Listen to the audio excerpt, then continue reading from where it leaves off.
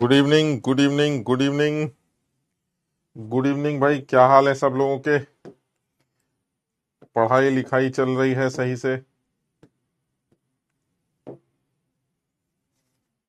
Good evening, good evening, good evening, good evening भाई। Rituraj, Pawan, Arindam, Nitya, engineer Arora, Mridul, Monika, Siddharth, Vipin, Garv, Anurag, Durgesh, Piyush, Wasim, Pulkit, सृजन।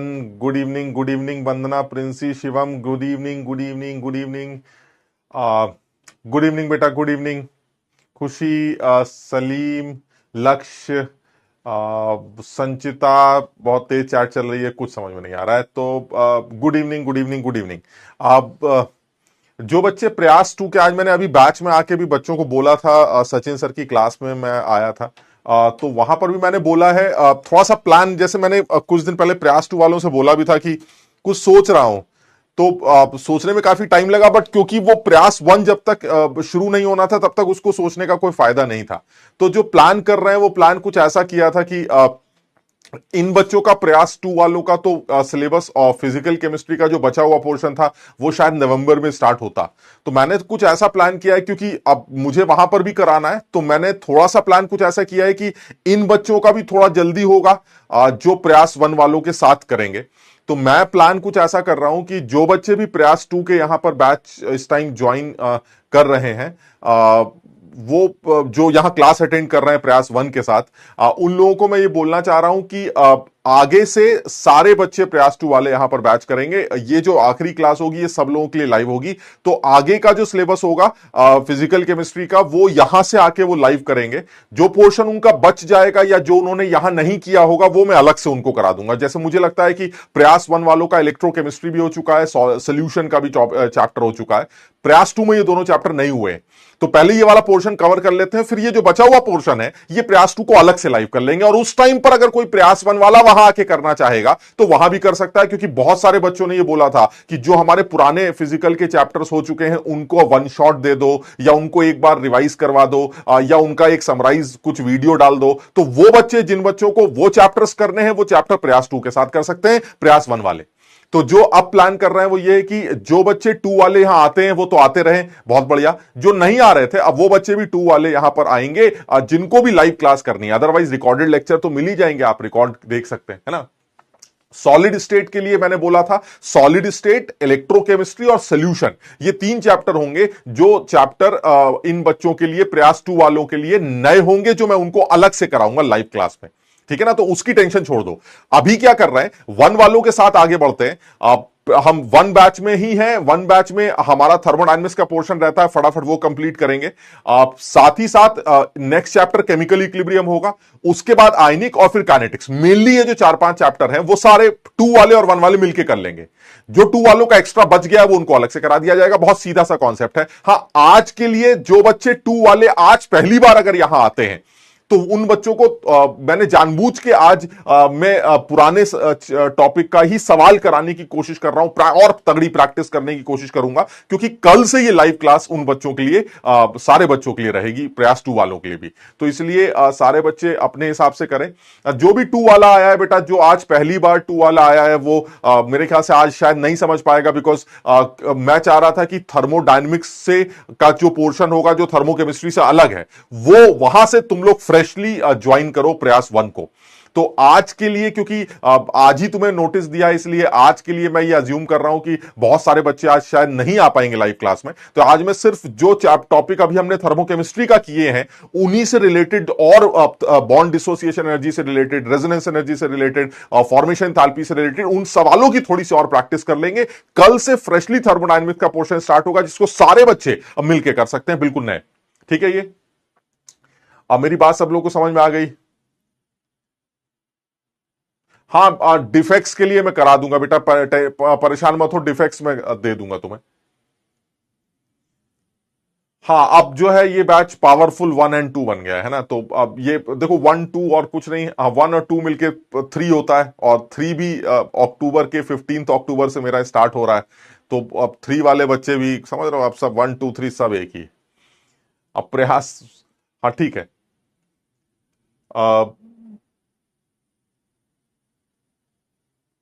तो ये इतनी बात सबके समझ में आ गया क्या करना है ना। तो आज अभी जो बच्चे आए हुए हैं, मैं ये अज्यूम कर रहा हूं ये वो बच्चे हैं जो अब तक आ रहे थे, है ना।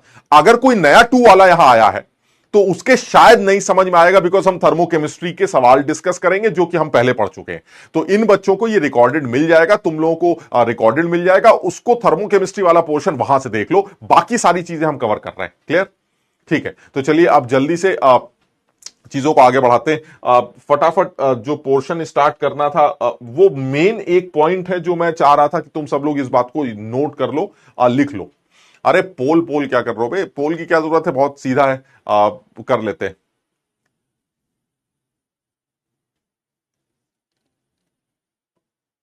पोल किस बात का कराना है, फिर पागल हो गए हो क्या, पोल या पागल?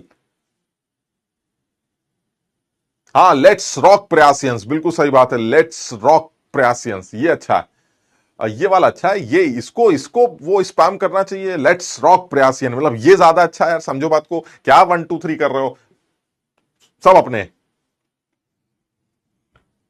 पोल किस चीज का है मुझे ये नहीं समझ में आ रहा है, पोल पोल किस चीज का कराना है मुझे एक बार ये तो बता दो।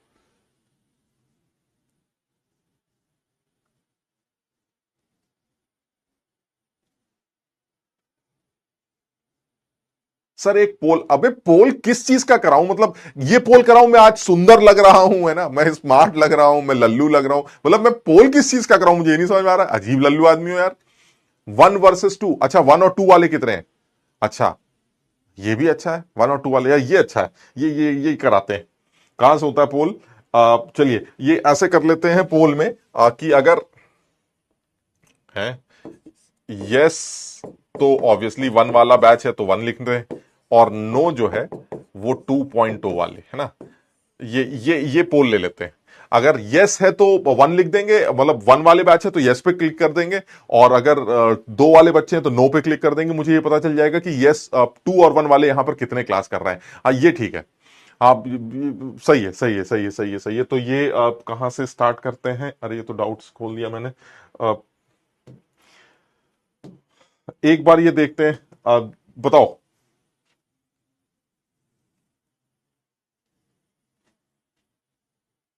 अबे 3 वाला है तो भाई उसका कुछ नहीं कर सकते, अभी 3 वाला यहां क्या कर रहा है, बस लेट्स रॉक प्रयासियन, बिल्कुल सही।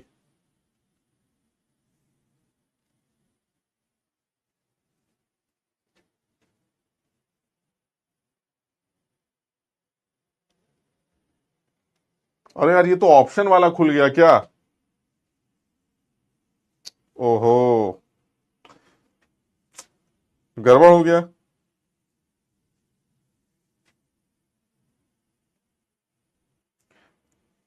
कहां से आता है?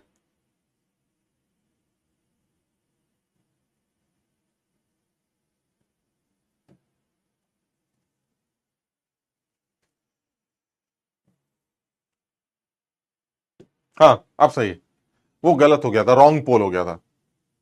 अब सही है। अबे रॉन्ग पोल हो गया था, क्या तुमसे रॉन्ग नहीं होता कभी? इतनी बार गलत करते हो तब हम कुछ कहते हैं। एक बार हमसे रॉन्ग हो गया, एक बार तुम दूसरा लगाते हैं, दूसरा। एक कह रहे रैंक 5 आ गई मेरी, रैंक 5। ठीक है, ठीक है, जल्दी से बताओ। अमन करा दूंगा मैं।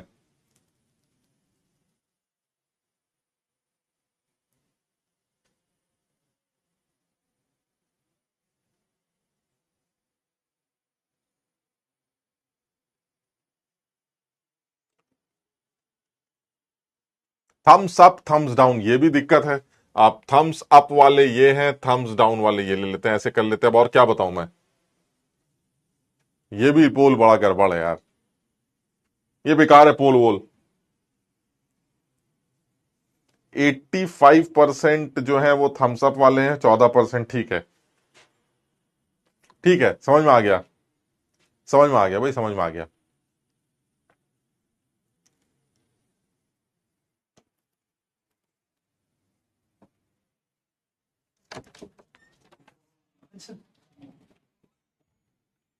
तो एक बार अब इसको आगे बढ़ाते हैं। अच्छा ठीक है, तो ये मेन जो पॉइंट है जरा ये एक, हम सब जानते हैं इस बारे में, तो मैं ये अज्यूम कर रहा हूं कि क्लास में वही बच्चे हैं जिन्होंने थर्मोकेमिस्ट्री हम लोगों के साथ कर रखी है।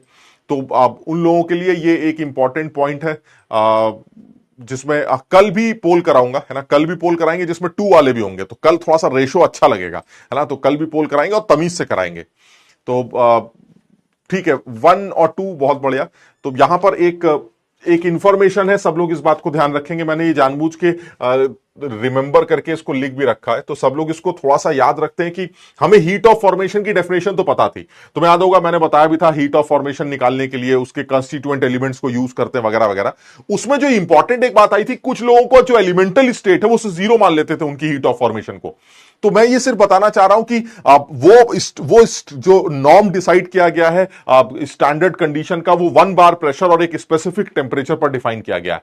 तो कम से कम कुछ लोगों को तो तुम ध्यान रखो, हमें ज्यादातर याद है, अगर कोई पूछेगा हाइड्रोजन गैस की हीट ऑफ फॉर्मेशन तो मैं 0 ले लूंगा, O2 गैस की हमें पता है, Cl2 की हमें पता है, लेकिन कुछ ऐसे लोग हैं जिनको हमें ध्यान रखना है। आप ध्यान रखिएगा, H2 gas, O2 gas, Cl2 gas, फलाना गैस, ये हमें पता है, ये 0 होते हैं। Zinc solid, sodium solid, iron solid, aluminium solid, जो जिस स्टेट में एग्जिस्ट कर रहे हैं उनकी हीट ऑफ फॉर्मेशन तो 0 लिखते हैं। लेकिन कुछ ऐसे हैं जो तुम्हें ध्यान रखने चाहिए। आप देखिएगा, कार्बन का सॉलिड फेस ग्रेफाइट वाला, उसकी हीट ऑफ फॉर्मेशन 0 है। आप ध्यान रखिएगा, इसको बहुत सब लोग इसको इंपॉर्टेंट मानकर याद करेंगे। ग्रेफाइट वाले की 0 है। सल्फर का जो रोम्बिक फॉर्म है उसकी 0 है। फास्फोरस में भी व्हाइट फास्फोरस की हीट ऑफ फॉर्मेशन 0 ली गई है, और टिन व्हाइट वाला, रेड वाला नहीं, टिन व्हाइट वाले की हीट ऑफ फॉर्मेशन 0 ली गई है। यह इंपॉर्टेंट है, तो सब लोग इस बात को ध्यान रखेंगे। इनफैक्ट ब्रोमीन के लिक्विड हीट ऑफ फॉर्मेशन को 0 लिया गया है। तो सब लोग इस चीज को याद करेंगे, सब लोग इस चीज को ध्यान रखेंगे, जिसमें हमें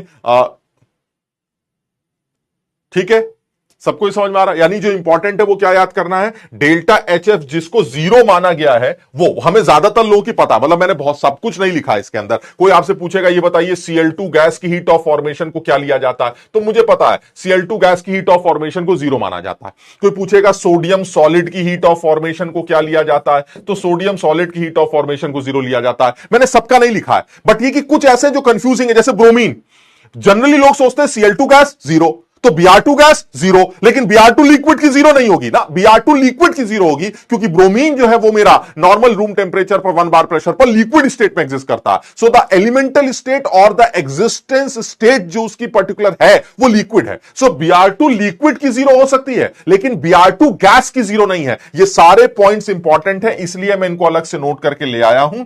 ब्रोमीन गैस की 0 नहीं होगी, जिंक सॉलिड की 0 हो सकती है, लेकिन जिंक लिक्विड की 0 नहीं होगी। H गैस की 0 नहीं होगी, क्यों? क्योंकि सर H गैस तो कुछ होता ही नहीं है। हाइड्रोजन का जो एलिमेंटल स्टेट है, जो एग्जिस्ट करने वाला स्टेट है, वो H नहीं है, वो H2 है। और तुम जानते हो H गैस की फॉर्मेशन को हीट ऑफ एटमाइजेशन कहा जाता था, वो तो वैसे भी 0 नहीं होता। इसी तरह से कार्बन का जो डायमंड फॉर्म है उसकी हीट ऑफ फॉर्मेशन 0 नहीं है, क्योंकि कार्बन जिस फॉर्म में एग्जिस्ट करता है, एक 1 बार प्रेशर और एक स्पेसिफिक टेंपरेचर पर, वो ग्रेफाइट है।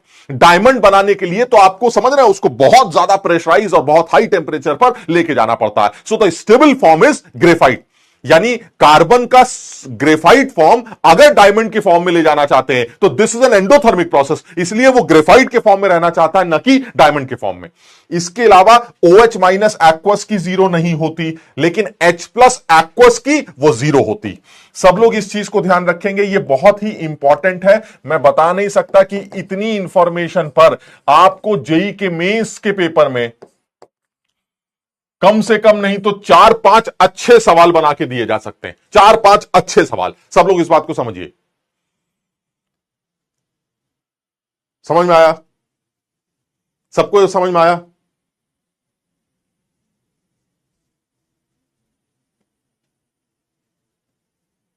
क्लियर है?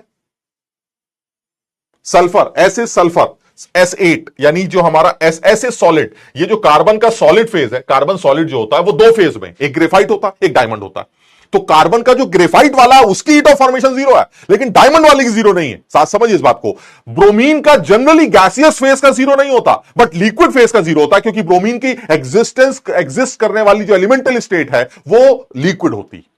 H प्लस एक्वस यानी पानी के अंदर अगर H प्लस दिखाई देता है तो वो 0 होगी हीट ऑफ फॉर्मेशन, लेकिन OH माइनस एक्वस इसकी हीट ऑफ फॉर्मेशन 0 नहीं। आपको कुछ इंपॉर्टेंट इंफॉर्मेशन है, इनको जरूर याद रखना है, जिस पर कम से कम 4-5 सवाल, एक मेंस लेवल के तगड़े सवाल बनाए जा सकते हैं। वो कहेगा ये बताइए इन 4 आदमियों में से किसकी हीट ऑफ फॉर्मेशन 0 नहीं है। तो जो बच्चा समझदार नहीं है वो नहीं कर पाएगा। आप समझिए, जैसे मैं एग्जांपल लेता हूं, एक सवाल मैं बना ही लेता हूं, सब लोग एक सवाल बना के लिख देंगे। एक जेई एडवांस लेवल का एक छोटा सा ऑब्जेक्टिव ले लेते हैं जो 2024 में पूछा जाता है, और मुझे कोई कहते हुए इसमें शर्म नहीं है कि ये जेई का अब यही लेवल है भी। ऐसा नहीं है कि बहुत मुश्किल सवाल पूछता है, इसी लेवल के सवाल हमारे सामने आ सकते हैं। Species having delta H F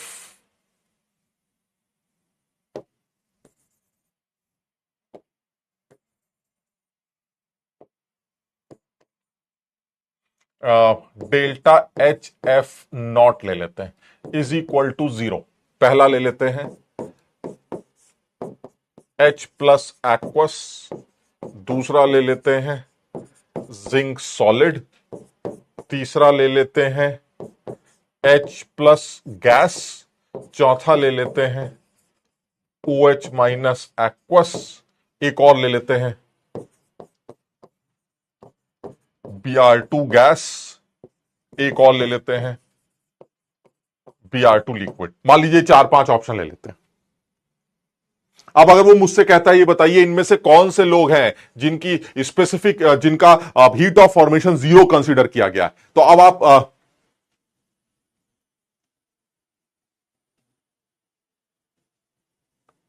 आपको बताना है। Cl2 गैस 0, कैसे गंदे सवाल पूछ रहे हो, कौन लल्लू आदमी है ये। Cl2 गैस तो Cl2 गैस वो 0 है। Cl2 गैस को तो समझिए बात को, Br2 के साथ दिक्कत थी, Br2 लिक्विड होता है इस नॉर्मल सिचुएशन पर, इसलिए Br2 liquid is 0, Br2 gas is not 0। अब इसमें अगर आपको सवाल के आंसर देने हैं कि किस किस आदमी की हीट ऑफ फॉर्मेशन को 0 कंसीडर किया गया, तो मेरे हिसाब से H प्लस एक्वस की हीट ऑफ फॉर्मेशन 0 है। H प्लस गैस की बिल्कुल 0 नहीं हो सकती, क्योंकि H प्लस गैस आपको बनाना पड़ेगा, पहले आपको H2 को तोड़कर H गैस बनानी पड़ेगी, H गैस में से एक इलेक्ट्रॉन निकालकर H प्लस गैस बनाना पड़ेगा। लेकिन अगर आप H प्लस एक्वस की बात करते हैं तो इट इज 0।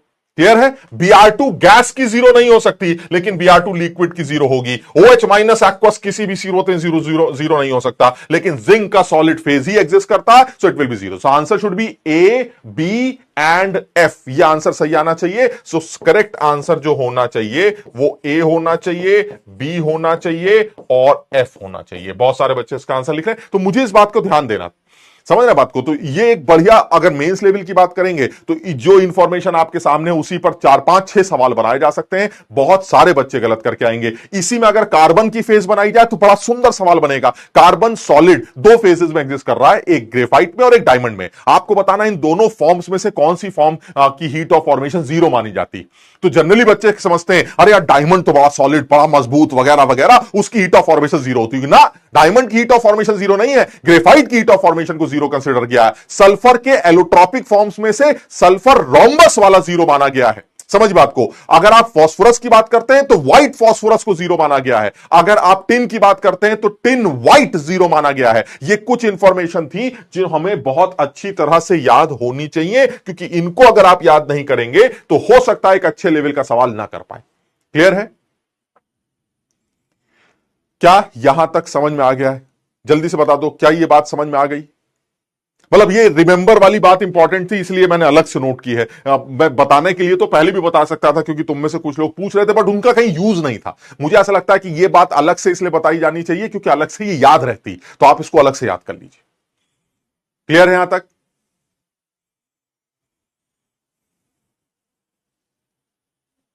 शाबाश।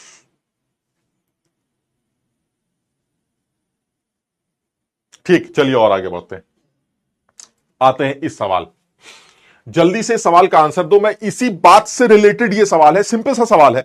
हालांकि ये तुम्हारे किसी इम्तिहान में पूछा गया सवाल है, न जाने कौन सा पेपर है ये, जेई मेंस का। इसमें ये सवाल पूछा इन्होंने, अब ये शायद ये 10 अप्रैल का है, पता नहीं शिफ्ट मैंने सही लिखा है कि नहीं। If enthalpy of atomization of bromine liquid is x.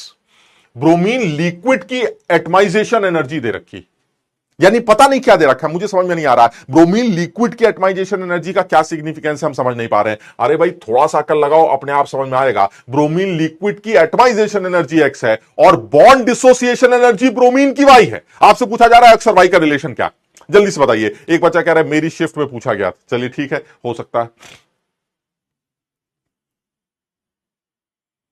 अब तुम्हारी शिफ्ट का है तो तुम अब ये सोचो ये सवाल कैसे करेंगे, बिल्कुल तसल्ली से सोचो। जिन जिन बच्चों की ये शिफ्ट में आया है वो अपने हिसाब से समझे। ब्रोमीन लिक्विड को एटमाइज करना है। व्हाट इज एटमाइजेशन, मैंने कल भी बताया था। एटमाइजेशन के बारे में बात हो चुकी है सर। एटमाइजेशन का मतलब है ब्रोमीन गैस बनाना, ये एटमाइजेशन।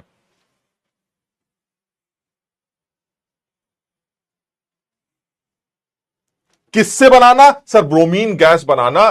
वो हमारी है ब्रोमीन के मॉलिक्यूल से। आप समझिए।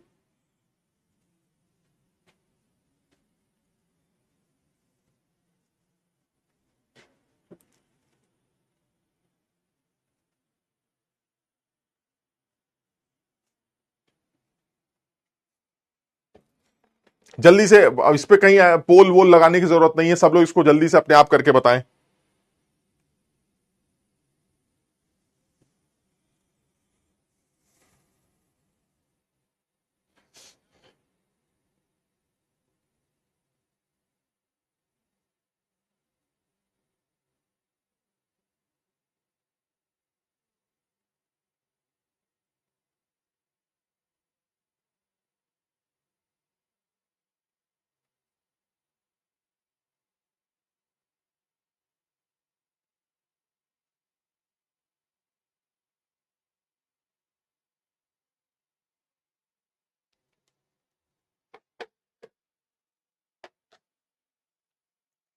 देखो, आप जो थोड़ा सा अजीब सा ये स्टेटमेंट है, उसमें थोड़ा सा मुझे लगता है आप इसको और क्लियर लिखना चाहिए था। Enthalpy of atomization of bromine का मतलब है, आप वो तो क्लियर है कि एटमाइजेशन इंथैल्पी की अगर आप बात कर रहे हैं तो आप 1 मोल ब्रोमीन बनाना चाह रहे हैं। तो मुझे ऐसा लगता है कि लैंग्वेज और क्लियर होनी चाहिए थी। इन्होंने सवाल में Br2 लिक्विड को 2Br गैस में कन्वर्ट करने की एनर्जी एक्स दे रखी, समझिए, एक्स किलो जूल पर मोल। अब साफ समझ में आता है, लिक्विड को अगर आप ब्रोमीन में Br एटम में ब्रेक कर रहे हैं तो आपको दो काम करने पड़ेंगे। एक तो Br2 लिक्विड को Br2 गैस में कन्वर्ट करना पड़ेगा और उसके बाद Br2 गैस को Br गैस में कन्वर्ट करना पड़ेगा। यानी मुझे ऐसा लगता है यहां से आपको यहां आना पड़ेगा Br2 गैस, और इस Br2 गैस से आपको यहां जाना पड़ेगा। अब जो समझ में आ रहा है वो ये कि जो बॉन्ड डिसोसिएशन एनर्जी है वो ये Y, this is why. Br2 से 2Br में बनाना, that is bond dissociation energy. तो ऐसे में Br2 लिक्विड से जो Br2 गैस बन रही है ये वो एक्स्ट्रा एनर्जी है, आप इसको समझिए, दिस इज एक्स्ट्रा। यानी यहां से यहां जाना, अगर मैं इस एक्स्ट्रा एनर्जी की बात करूं तो यहां से यहां जाने का मतलब हुआ आप यहां से यहां डायरेक्ट जा सकते हैं, दैट इज एक्स। और ये एक्स की वैल्यू किसके बराबर हो सकती है हेस लॉ के अकॉर्डिंगली, एक एक्स्ट्रा वैल्यू के प्लस वाई के। यानी एक चीज तो समझ में आती है, एक्स की जो वैल्यू है वो वाई से तो बड़ी होनी चाहिए, इसको सब लोग समझो। लेकिन ये बात सिर्फ तब समझ में आ रही है जब अब थोड़ा सा लफड़ा ये कि इसको इन्होंने जो एंथैल्पी ऑफ एटमाइजेशन बोला है, आप इसको एंथैल्पी ऑफ एटमाइजेशन न बोल के ये बोल सकते थे कि Br2 लिक्विड को Br गैस में कन्वर्ट करने की एनर्जी। यानी कहने का मतलब ये हुआ कि जो लॉजिक समझ में आता है वो ये है कि हीट ऑफ एटमाइजेशन का मतलब था 1 मोल Br गैस का बनाना। अब 1 मोल जो Br गैस बन रही है वो 1 मोल Br गैस कहां से बन रही है वो आपको अकल लगानी। तो अब इसमें थोड़ा सा समझने की कोशिश करो। आप Br2 को पहले आप Br2 लिक्विड में कन्वर्ट करेंगे, फिर Br2 लिक्विड को Br2 गैस में कन्वर्ट करेंगे, फिर Br2 गैस से आप Br गैस बनाएंगे। आप समझ रहे मेरी बात को? तो ऐसे में Br2 गैस से जब आप Br गैस बनाएंगे so that will be heat of atomization. तो बड़ा क्लियर है कि लिक्विड पहले गैस में आएगी, यानी कुछ एक्स्ट्रा एनर्जी आपको देनी पड़ेगी। सीधा सा लॉजिक था, जो लिक्विड को गैस में कन्वर्ट करने के लिए खर्च होगी तो वो एक्स्ट्रा अमाउंट जो होगा वो एक्स्ट्रा अमाउंट आपको नजर आएगा, और वो एक्स्ट्रा अमाउंट जो होगा वो हमारा एक्स और वाई को आपस में लिंक कर पाएगा। दैट मींस एक्स की वैल्यू वो वाई से तो बड़ी होनी चाहिए, वो यहां से समझ में आता। समझ में आया? सबके समझ में आया? यानी कर क्या रहे थे आप देखो, जो जो लॉजिक है वो समझ में आ रहा है। जो हमें समझ में आ रहा है वो इतना कि आप Br2 लिक्विड लेके आए, अब आप Br2 लिक्विड से सबसे पहले क्या करेंगे, Br2 लिक्विड से आप Br2 गैस बनाएंगे और Br2 गैस से आप Br गैस बनाएंगे। ये सीन। अब एक चीज तो क्लियर है, Br2 लिक्विड से Br2 गैस में कन्वर्ट करने के लिए कुछ एनर्जी लगेगी, मान लीजिए A एनर्जी लगेगी, और Br2 गैस को Br2 में Br गैस में कन्वर्ट करने के लिए Y एनर्जी लगेगी, और Br2 लिक्विड से डायरेक्ट यहां जाने के लिए X एनर्जी लगेगी जो सवाल में दे रखी है। तो इसका मतलब ये तो समझ में आ रहा है कि जो X की वैल्यू होगी वो A प्लस Y से रिलेट करेंगे। इससे ये समझ में आता है कि X की वैल्यू तो Y से बड़ी आनी चाहिए, X की जो वैल्यू होनी चाहिए वो Y से बड़ी निकल के आनी चाहिए। हाँ, अमन गुप्ता, 1 मोल प्रोडक्ट बनना, मैं इस बात को बिल्कुल एग्री करता हूं। एटमाइजेशन एनर्जी का मतलब है 1 मोल गैस का बनना, मुझे इस बात से कोई बुराई नहीं लगती, बट लैंग्वेज बहुत क्लियर नहीं, अदरवाइज सवाल को प्रिडिक्ट कर पाना बड़ा मुश्किल था। तो जो समझ में आ रहा है इनकी लैंग्वेज से वो यही है कि Br2 लिक्विड से 2Br गैस बनाना चाहते हैं और एक बार Br2 से सीधे 2Br गैस बनाना चाहते हैं। तो लिक्विड से गैस कन्वर्जन जो ये इंपॉर्टेंट था, हीट ऑफ वेपराइजेशन, वो हमें एक्स्ट्रा देनी पड़ेगी, जो कि एक्स को वाई से अलग कर देगी, यानी एक्स की वैल्यू वाई से बड़ी होनी चाहिए। ये चीज जरूरी थी। समझ में आ रही है बात? सब लोग इस बात को समझो, मतलब ये अपने हिसाब से समझने की कोशिश करो। ये थोड़ा सा मतलब सुनो, लैंग्वेज बहुत ज्यादा क्लियर नहीं लगती, बट जो समझ में आ रहा है वो ये कि जो एक्स एटमाइजेशन एनर्जी है, वो एक्स एटमाइजेशन एनर्जी जो है वो ज्यादा देखने को मिल रही। समझो, ठीक है? नेक्स्ट सवाल पे आते हैं। एक और सवाल देख लेते हैं जल्दी से। ये वाला सवाल बताओ जरा क्या हो रहा है। नहीं, बोनस मत बोलो सवाल को, क्योंकि लैंग्वेज बहुत क्लियर नहीं है। आप समझिए, मैं फिर से इस सवाल को देखता हूं एक बार। लैंग्वेज बहुत ज्यादा क्लियर नहीं है। The enthalpy of atomization of bromine is X, मतलब समझ लो जो रिलेशन दे रखे हैं वो, एक तो ये डज नॉट एग्जिस्ट का कोई मतलब ही नहीं बनता। एक्स बराबर वाई नहीं हो सकता, एक्स या तो वाई से बड़ा है वाई से छोटा है। जो समझ में आ रहा है वो यही आ रहा है कि वो इतना डिटेल में नहीं जाना चाह रहे हैं, वो इतना क्लैरिटी नहीं दिखा रहे हैं, वो सिर्फ इतना बताना चाह रहे हैं कि Br2 लिक्विड से Br गैस बनाना और Br2 गैस से Br गैस बनाने में एक एक्स्ट्रा एनर्जी है जो यहां खर्च होनी चाहिए लिक्विड को गैस में कन्वर्ट करने के लिए, वो हमें सवाल में वो एक्स्ट्रा है जो कि हमें यहां से आ जाता है। समझ रहे हो ना? तो ये बस थोड़ा सा मुझे लग रहा है और क्लैरिटी के साथ इस बात को मेंशन करना चाहिए था। इस सवाल को देखते हैं, जल्दी से बताओ इसका आंसर क्या होगा, और इस पे पोल भी लगाया जा सकता। तो जल्दी से इस सवाल का आंसर बताओ, क्या कहना चाहता है कि value of delta H for the above reaction, इस रिएक्शन के डेल्टा एच की वैल्यू। तुम्हें पता है किसी भी रिएक्शन के डेल्टा एच को निकालने का दो तरीके हैं, एक फॉर्मेशन एंथैल्पीज को यूज करके और एक बॉन्ड डिसोसिएशन एनर्जीज को यूज करके। फॉर्मेशन एंथैल्पीज वाला सवाल तो नहीं लगता क्योंकि डिसोसिएशन एनर्जीज दे रखी हैं। इसका मतलब ये हुआ ये हमारा सेकंड मेथड है, और सेकंड मेथड में हमने क्या बताया था, चुपचाप आंख बंद करके आगे चलते जाओ, जो जो डंडे टूट रहे हैं तोड़ते जाओ, उनको एनर्जी प्लस में लेते जाओ, और जो डंडे बन रहे हैं उनको निकालते जाओ, उनकी एनर्जी माइनस में लेते जाओ, और रिजल्टेंट नेट सॉल्व करके जो भी निकल के आएगा that will be delta H. समझ में आ रहा है? सौम्या, मैं तुम्हारी बात को एग्री करता हूं। एटमाइजेशन का मतलब है 1 मोल Br गैस का बनना, मैं बिल्कुल एग्री करता हूं, मैं बता भी रहा हूं। बल्कि आप चाहें तो उस सवाल को छोड़ दीजिए क्योंकि वो सवाल बहुत क्लैरिटी के साथ नहीं पूछा गया।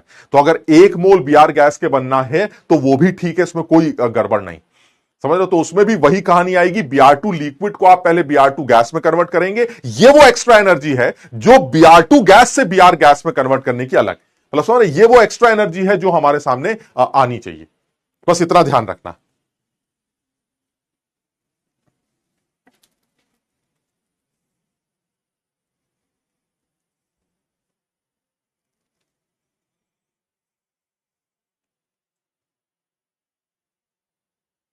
इसको जल्दी से करते हैं। अब ये बताओ, अगर मैं बॉन्ड डिसोसिएशन एनर्जीज की बात करता हूं तो मैं यहां से यहां आगे बढ़ूंगा। अब जब मैं यहां से आगे बढ़ूंगा तो जो जो बॉन्ड टूट रहे होंगे उनको प्लस में ले लूंगा और जो बन रहे होंगे उनको माइनस में ले लूंगा। अब जरा ध्यान से देख के बताओ कौन कौन से बॉन्ड टूट रहे हैं। सर एक तो डबल बॉन्ड टूट रहा है। डबल बॉन्ड कहां टूट रहा है? डबल वाला बॉन्ड टूट रहा है। लेकिन तुम्हें क्या बताया था मैंने, डबल वाले बॉन्ड की एनर्जी कहीं से नहीं मिलेगी। पहले पूरा डबल तोड़ो और फिर सिंगल बनाओ, यानी पहले पूरा इसको तोड़ेंगे और फिर ये सिंगल बना देंगे। तो चलिए dissociation energy delta H F calculate करते हैं, इस रिएक्शन का डेल्टा एच कैलकुलेट करते हैं। क्या क्या आएगा? सर एक तो आपको डबल बॉन्ड तोड़ना पड़ेगा, चलिए ठीक है। एक आपको एच एच बॉन्ड तोड़ना पड़ेगा, चलिए ये भी ठीक है।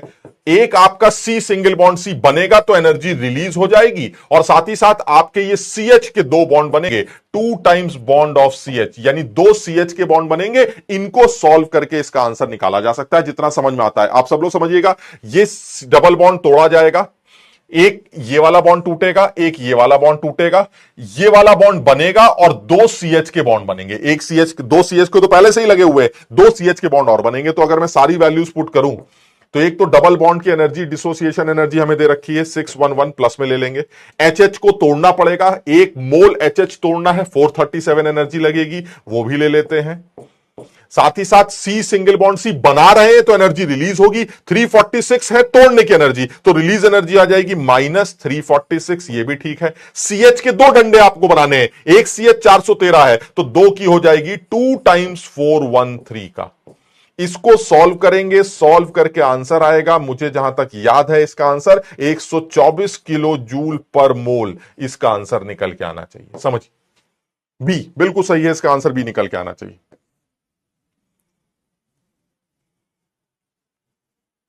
क्लियर है सबको, ये सवाल समझ में आ गया?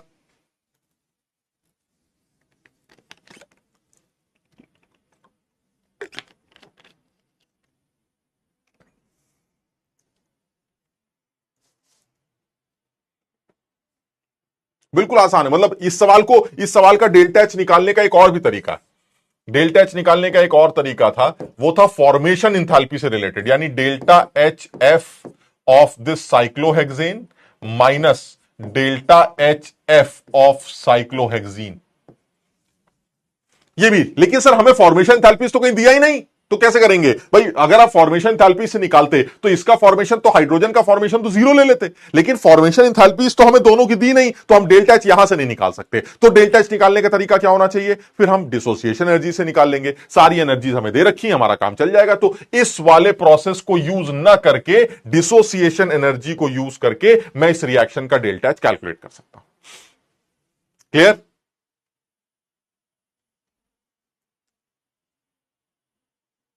चलिए और आगे बढ़ते हैं, एक और अच्छे सवाल पर आते हैं।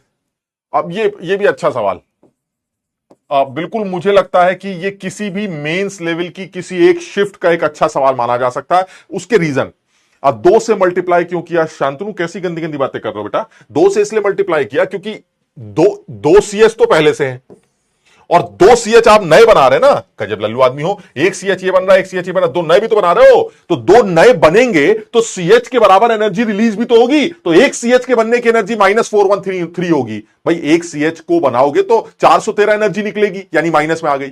तो 2 बनाओगे तो 2 गुनी, कैसे शांतनु? गंदी बात। चलिए नेक्स्ट सवाल पे आते हैं, ये सवाल अच्छा है, ये मेंस लेवल का एक अच्छा सवाल माना जा सकता है। जिस शिफ्ट में भी आएगा वो सवाल इसलिए अच्छा माना जाएगा क्योंकि इसकी लैंग्वेज थोड़ी सी गंदी, सवाल ओरल है, सवाल में कुछ भी नहीं है, बट इसकी लैंग्वेज थोड़ी समझनी है। यानी ऐसा लग रहा है the process is polymerization process. हम जानते हैं पॉलीथीन बनाने का एक तरीका है जिसमें इथीन के पॉलीमर, इथीन को पॉलीमराइज किया जाता है। तो अगर आप इथीन को पॉलीमराइज करें तो जो प्रोसेस दिखाई दे रहा है उस प्रोसेस के अकॉर्डिंगली ये जो बनाना चाहते हैं वो कुछ ऐसा बनाना चाह रहे हैं, ये पॉलिमराइजेशन। वो कह रहे हैं इस प्रोसेस का डेल्टा एच बता दीजिए, इस प्रोसेस का मुझे डेल्टा एच बता दीजिए कैसे निकलेगा। तो मैंने कहा देखिए ऐसा है, किसी भी रिएक्शन के डेल्टा एच को निकालने का 2 ही तरीके हैं, एक रिएक्शन प्रोडक्ट्स और रिएक्टेंट्स की फॉर्मेशन एंथैल्पी बता दीजिए और नहीं तो डंडे बता दीजिए। तो आप डंडे को देख लेते हैं, सर फॉर्मेशन एंथैल्पी तो कहीं नहीं दे रखी, लेकिन डंडों के बारे में बात की गई है। एक C डबल बॉन्ड C की दे रखी है और एक C सिंगल बॉन्ड C की दे रखी है। तो sir C double bond C और C सिंगल बॉन्ड C को यूज करना है, क्योंकि बाकी तो सब सेम है सर। हाइड्रोजन यहां भी 2 लगे, इधर भी 2 लगे, इधर भी 2 लगे, इधर भी 2 लगे, तो इसका मतलब ना हाइड्रोजन का डंडा बनेगा ना टूटेगा। तो सर जो हो रहा है वो ये कि डबल टूटकर सिंगल बन रहा है। अब मैं बताता हूं तुम्हें जल्दबाजी में गलती क्या हो रही है। जल्दबाजी में यह गलती हो रही है कि अगर मैं इस रिएक्शन का डेल्टा एच लिखता हूं तो मुझे दिखाई देता है एक डबल बॉन्ड टूटेगा प्लस में और एक सिंगल बॉन्ड बनेगा माइनस में। सो मुझे ऐसा लगता है इस सवाल का आंसर ये निकल के आना चाहिए। और अगर ऐसा है तो आपने माइनस प्लस किया, 590 एनर्जी दे दी और साथ में 331 एनर्जी आपने रिलीज कर दी। इसको सॉल्व करेंगे तो सॉल्व करके कितना आ जाएगा? 9 आ जाएगा, साथ में यहां 8 में से 3 गए 5 आ जाएगा और यहां आ जाएगा 2। तो यानी सॉल्व करके ये 259 आता है।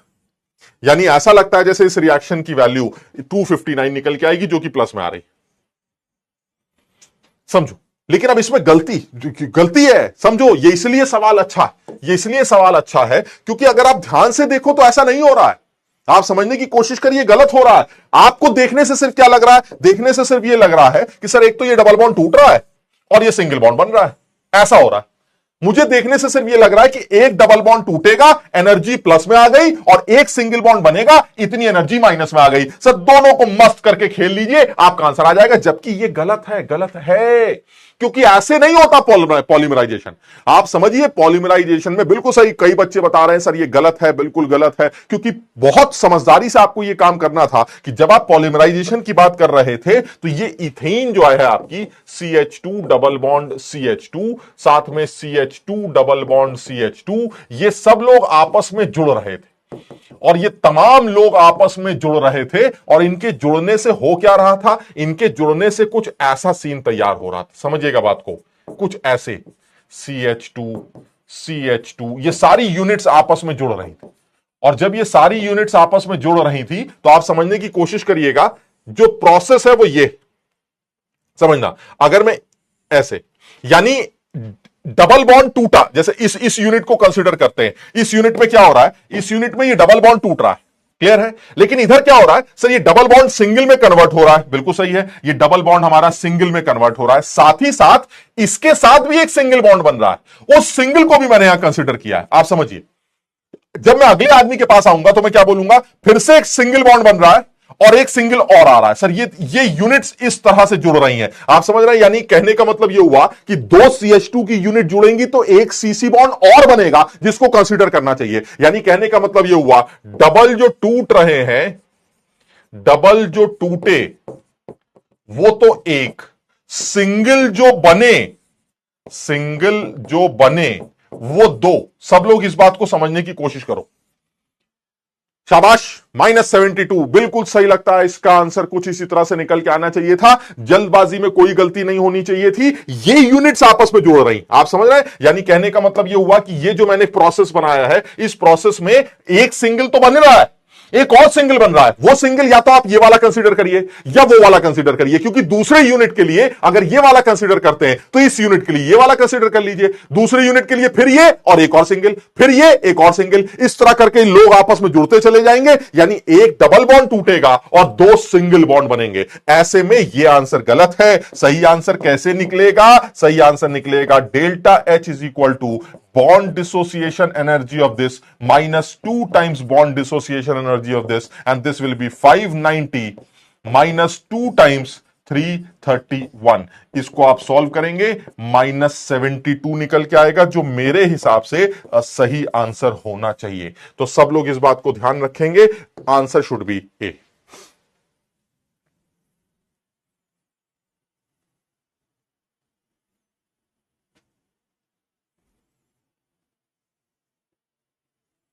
हाँ हर्ष पानीग्रही, मैं समझ रहा हूं तुम्हें। एक नजर में मेरे सामने भी सबसे पहला डाउट यह है कि सर आपने 3 सिंगल बॉन्ड्स क्यों नहीं बनाए, जबकि डायग्राम में 3 ही दिखाई दे रहे हैं। आप देखिए 1 2 3। हर्ष जरा समझो, ये सिर्फ n लोग हैं, मतलब आप समझ रहे, ये n लोग हैं, n लोग जुड़े हैं। तो आप इसको ऐसे जोड़ के देखिए ना, जैसे अभी मैंने जोड़ा था, इसको ऐसे जोड़ के देखते हैं। तो अब वो सारी यूनिट्स कंसिडर करते हैं। आप देखिएगा जरा, आप ये ऐसे ले लेते हैं, ये एक यूनिट हो गई, एक यूनिट ये हो गई, एक यूनिट ये हो गई, इसी तरह से एक यूनिट ये हो गई। अब आप किसी भी एक यूनिट को कंसीडर करिए तो उसमें कितने सिंगल बॉन्ड्स आ रहे हैं। सर एक सिंगल बॉन्ड ये आ रहा है और एक सिंगल बॉन्ड ये वाला आ रहा है। दूसरी यूनिट में एक सिंगल बॉन्ड। अब आप कहेंगे सर ये दोनों भी तो सिंगल है, हाँ, तो उस सिंगल को तुमने इस यूनिट में कंसीडर कर लिया। फिर इस वाले केस में एक सिंगल बॉन्ड ये आ रहा है और उस वाले सिंगल बॉन्ड को इस यूनिट में कंसीडर कर लिया। फिर एक सिंगल बॉन्ड ये आ रहा है, इस वाले सिंगल बॉन्ड को इस यूनिट में कंसीडर कर लिया। यानी कहने का मतलब ये हुआ, per unit you have formed 2 single bond. समझिए मैं क्या समझाना चाह रहा हूं।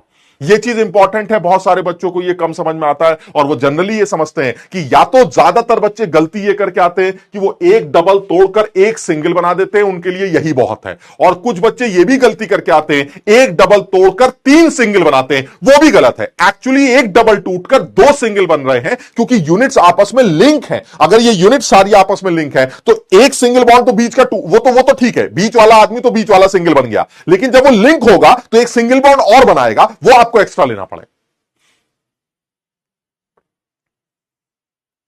सबको समझ में आया?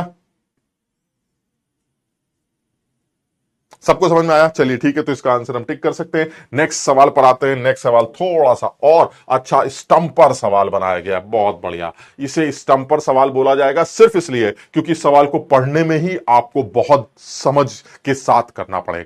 इस सवाल को करने के लिए तरीका यह भी हो सकता है कि आप बहुत सारी इक्वेशंस लिखें और बहुत सारी इक्वेशंस को सॉल्व करें, किसी को किसी से जोड़ें, किसी को किसी से घटाएं और तब जाके इसका आंसर निकालें। यह भी एक तरीका। अदरवाइज आप थोड़ा सा समझदारी से भी काम करें, आप दिमाग में चीजों को सॉल्व कर सकते हैं। जरूरी नहीं कि वो सारी चीजें लिखी जाए। क्लियर है? तो चलिए इसको एक बार चेक कर लेते हैं। The enthalpies of formation of SO2, मेरे ख्याल से तो मुझे इनको लिख लेना चाहिए कहीं पर, अलग से कहीं नोट कर लेना चाहिए। मुझे दे क्या क्या रखा है, मुझे फॉर्मेशन इंथैल्पीज दे रखी, फॉर्मेशन इंथैल्पीज दे रखी हैं। किस किस की दे रखी है? SO2 की दे रखी है, SO2 गैस की। कितनी दे रखी है? SO2 गैस की दे रखी है पहली वाली -70.97। चलिए ठीक है। और साथ ही साथ H2O लिक्विड की फॉर्मेशन दे रखी है, H2O लिक्विड की फॉर्मेशन इंथैल्पी है दूसरी वाली -68.32। और क्या क्या दे रखा है? और मुझे फॉर्मेशन इंथैल्पी दे रखी है HCl गैस की, HCl गैस की फॉर्मेशन इंथैल्पी दे रखी है, HCl गैस की फॉर्मेशन इंथैल्पी दे रखी है। वो कितनी दे रखी है? HCl गैस की होगी तीसरी वाली -22.1 और चौथी वैल्यू दे रखी है H2SO4 लिक्विड की फॉर्मेशन इंथैल्पी दे रखी है लास्ट वाली -188.84। ये मुझे फॉर्मेशन इंथैल्पीज दे रखी है। चलिए ठीक है। और क्या क्या दे रखा है? इंथैल्पी ऑफ सोल्यूशन भी दे रखा है। इंथैल्पी ऑफ सोल्यूशन का क्या मतलब है, इसको भी अलग से नोट करते हैं। इंथैल्पी ऑफ सोल्यूशन का मतलब है SO2 गैस को SO2 एक्वस में कन्वर्ट करने की एनर्जी। याद है, this is heat of solution. ये कितनी दे रखी है? SO2 वाली होगी पहली वाली -8.56, -8.56। दूसरा दे रखी है एंथैल्पी ऑफ सोल्यूशन H2SO4 की, H2SO4 लिक्विड को H2SO4 एक्वस में कन्वर्ट करने की एनर्जी दे रखी, और वो कितनी दे रखी है? दूसरी वाली दे रखी है -22.05। चलिए ठीक है। और तीसरा HCl एक्वस की, HCl की दे रखी है, यानी HCl गैस को HCl एक्वस में कन्वर्ट करने की एनर्जी दे रखी है लास्ट वाली -17.63, -17.63। इतनी इंफॉर्मेशन आपसे पूछा जा रहा है कि आप मुझे बता सकते हैं इस रिएक्शन का डेल्टा H क्या होगा? What will be the delta H of this reaction? अब फिर वही है सर, बहुत सारी रिएक्शंस लिखी जाए और उनको आपस में जोड़ा घटाया जाए, एक तरीका यही। और नहीं तो सर ये सवाल स्टंपर इसलिए बनाया गया है क्योंकि सर इस सवाल में जो मुझे परेशानी हो रही है वो सबसे बड़ी परेशानी यही है कि इसके डेटा को कलेक्ट करके समझना, मुझे इसी में बहुत ज्यादा टाइम लग रहा है। तो सब लोग समझने की कोशिश करते हैं। अब जरा ये बताओ, मुझे अगर इस रिएक्शन का डेल्टा एच निकालना है तो मेरे पास कितने तरीके हैं? सर मेरे पास दो तरीके हैं। कौन कौन से? सर एक फॉर्मेशन एंथैल्पी को यूज कर लीजिए और एक डिसोसिएशन एनर्जी को यूज कर लीजिए। क्या इस सवाल में डिसोसिएशन एनर्जी को यूज कर सकता हूं? नहीं सर, मुझे किसी भी बॉन्ड की कोई डिसोसिएशन एनर्जी नहीं दे रखी है, तो इस सवाल में सिर्फ एक ही मेथड लगेगा, फॉर्मेशन एंथैल्पी का। यानी मेरा दिमाग ये कहता है कि इस रिएक्शन का जो भी डेल्टा एच होगा it will be equal to formation enthalpy of products that is H2SO4 aqueous plus 2 times formation enthalpy of HCl aqueous minus reactant पे आते हैं formation enthalpy of SO2 aqueous और minus formation enthalpy of Cl2 gas. ये जहां तक मेरी अकल कहती है, एक चीज तो क्लियर है, Cl2 गैस की हीट ऑफ फॉर्मेशन 0 होनी चाहिए। बिल्कुल साफ समझ में आता है, Cl2 गैस की हीट ऑफ फॉर्मेशन 0 होनी चाहिए। एक सेकेंड, पानी भी रह गया और यहां पर आ गया आपका -2 times formation enthalpy of H2O liquid. ये इंफॉर्मेशन। अब आप ये बताइए, क्या मुझे सारी वैल्यू सवाल में दे रखी? साहिल पूछ रहा है भाई कितने घंटे से होते हो? अबे साहिल तुम पढ़ाई करो बे, तो अभी भी सो रहे हो?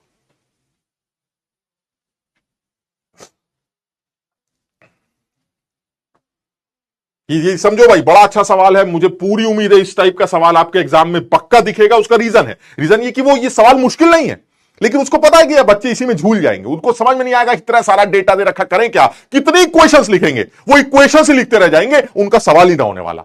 और जो बच्चा बिना इक्वेशंस के सवाल करता है वही सवाल कर लेगा, क्योंकि उसकी आंखें सबसे पहले किसको ढूंढेंगी? उसकी आंखें सबसे पहले ढूंढेंगी H2SO4 एक्वस की फॉर्मेशन एंथैल्पी कितनी। अब जरा ये बताइए H2SO4 एक्वस कहां मिलेगा आपको?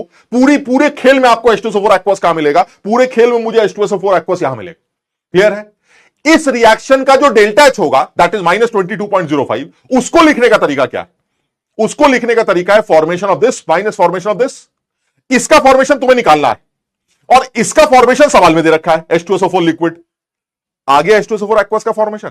जरा समझना मैं क्या समझाना चाह रहा हूं, बहुत ध्यान से समझना। मैं H2SO4 का एक एग्जांपल ले रहा हूं, सब लोग इसको बहुत ध्यान से देखेंगे।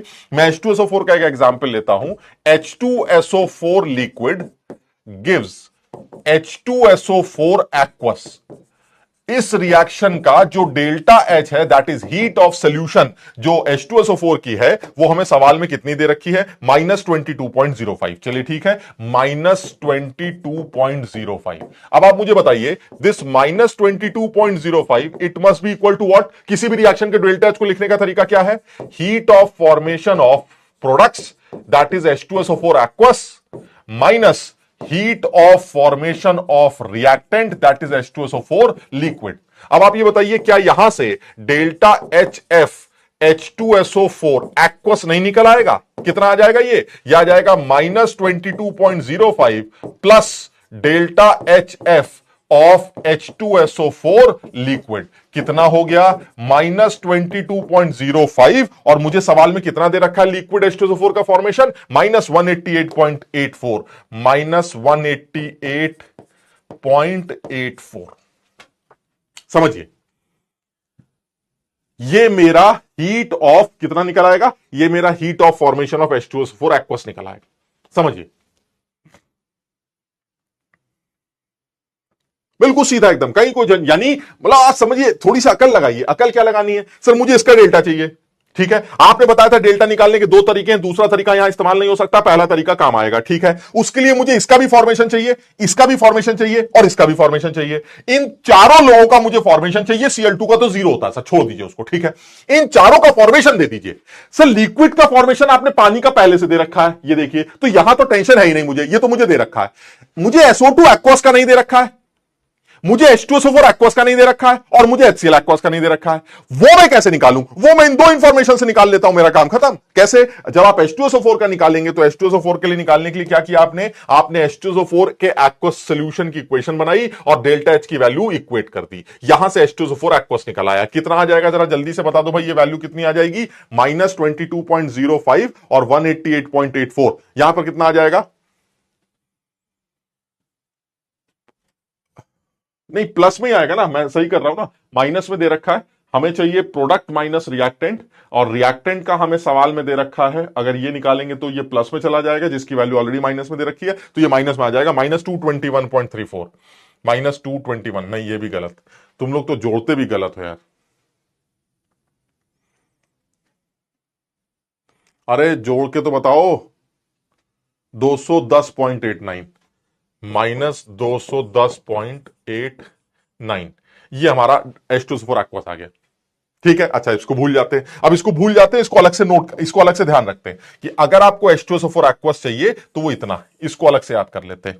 क्या जल्दी से आप अपने आप निकाल के बता सकते हैं कि ये तो आपने H2SO4 एक्वस निकाला, क्या जल्दी से आप निकाल के दिखा सकते हैं डेल्टा HF SO2 एक्वस कितना होगा? बिल्कुल बता सकते हैं सर। SO2 लिक्विड को आप SO2 एक्वस में कन्वर्ट कर दीजिए। इसका आपको सवाल में डेल्टा दे रखा है, कितना दे रखा है इस सवाल का? SO2 के एक्वस का -8.56 दे रखा है, तो -8.56 हो गया। इस 8.56 को कैसे लिख सकते हैं? -8.56 इज इक्वल टू प्रोडक्ट का formation that is SO2 aqueous का फॉर्मेशन माइनस रिएक्टेंट का formation that is SO2 liquid. अब आपको formation of H2SO4 SO2 aqueous चाहिए, तो delta HF of SO2 aqueous कितना आ जाएगा? यह आ जाएगा, इसको इधर भेज देते हैं, तो -8.56 plus delta HF of SO2 liquid, बिल्कुल वैसे ही जैसे ऊपर किया था। कितना आ जाएगा? -8.56 प्लस H2SO4 वाला कितना दे रखा है, SO2 वाला कितना दे रखा है, -70.97। तो ये आ जाएगा -70.97। कितना आ गया भाई ये? इनको जोड़ देते हैं, 7 और 6 13, 3 आ गया, 1, 9 5 14 का 5 आ गया, 1, और इधर आ गया 6, और इधर आ गया है, कितना आएगा भाई ये?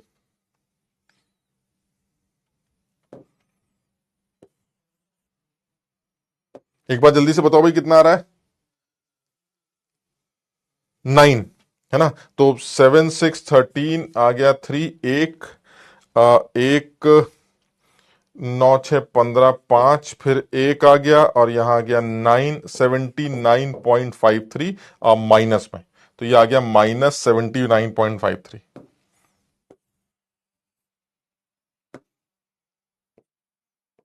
-79.53 आ गया, ठीक है। चलिए, ये यानी आपको अब दूसरी वैल्यू भी मिल गई, दूसरी वैल्यू भी हमारी आ गई, इसको भी छुपा लेते हैं। अब आते हैं तीसरी वैल्यू। तीसरी वैल्यू कौन सी है? तीसरी वैल्यू है HCl एक्वस की। चलिए आते हैं। अब HCl एक्वस की इक्वेशन क्या बनेगी? HCl गैस में पानी डाल दिया तो ये HCl एक्वस बन गया। चलिए ठीक है। इस रिएक्शन का डेल्टा H मुझे सवाल में दे रखा है। कितना दे रखा है? डेल्टा HCl ये 17.63 दे रखा है। इसको 17.63 ले लेते हैं। दिस इज 17.63, ठीक है, -17.63। और ये HCl का फॉर्मेशन कितना दे रखा है? HCl गैस का, HCl गैस का -22.1, -22.1, ठीक है, -22.1। तो that is -17.63 is equal to delta HF of HCl aqueous minus delta HF of HCl gas. कितना आ जाएगा? Delta HF of HCl aqueous कितना निकल आएगा? This will be equal to -17.63 plus delta HF of HCl gas. चलिए value डाल देते हैं, -17.63, और ये कितना दे रखा था? 22 ये था हमारा 22.1, दैट वाज 22.1। कितना आ गया ये जरा जल्दी से बताइए सॉल्व करके। ये आ जाएगा 3, ये आ जाएगा 6 और 1 7, और साथ में आ जाएगा 9, 39.673, -39.73। शाबाश, दिस इज -39.73। अब मुझे तीनों वैल्यूज पता चल गई। अब ये तीनों वैल्यूज उठा के अपनी इक्वेशन में रख दो। चलिए अब इक्वेशन देख लेते हैं जल्दी से, उसको अलग से लिख लेते हैं। इक्वेशन क्या है? ये वैल्यू बताओ जरा। H2SO4 एक्वस कितना आया था, जरा जल्दी से बताओ। H2SO4 एक्वस तुम अपनी कॉपी में देख के बताओ कितना निकल के आया था। H2SO4 एक्वस आया था -210.89, -210.89। चलिए ठीक है। HCl का कितना आया है? HCl का आया है ट्वाइस ऑफ, भाई मैं इस सवाल को अभी तुम्हें दोबारा देखने का मौका दूंगा, तो इट विल बी कितना? ट्वाइस ऑफ HCl का कितना था? HCl है ना ये 39.73, 39.73, तो this will be twice of 39.73, minus आ गया अंदर। और क्या क्या बचा? SO2 एक्वस कितना आ रहा है? माइनस के साथ वो प्लस में हो जाएगा। SO2 एक्वस कितना आ रहा है? SO2 एक्वस 79.53, 79.53, तो यह आ जाएगा 79.53। और पानी कितना आ रहा है भाई ये भी बताओ। पानी आ रहा है H2O लिक्विड, वो तो सवाल में दे रखा है, कितना है? 68.32, तो इट विल बी प्लस में 2 टाइम्स 68.32। जरा जल्दी से कोई समझदार आदमी, हालांकि बड़ा मुश्किल सवाल है ये, समझदार तो बड़ा मुश्किल से मिलेंगे, इस कैलकुलेशन को जरा सॉल्व करके मुझे जल्दी से बता दें कि इस सवाल का आंसर क्या है। इस कैलकुलेशन को जरा जल्दी से सॉल्व करो, कितना निकल के आता है। अगर हमसे जल्दबाजी में कोई गलती नहीं हुई है तो इस सवाल का आंसर सही आना चाहिए, और जहां तक मुझे याद है इसका आंसर ए निकल के आता है। जल्दी से इसको सॉल्व करो, आंसर बताओ।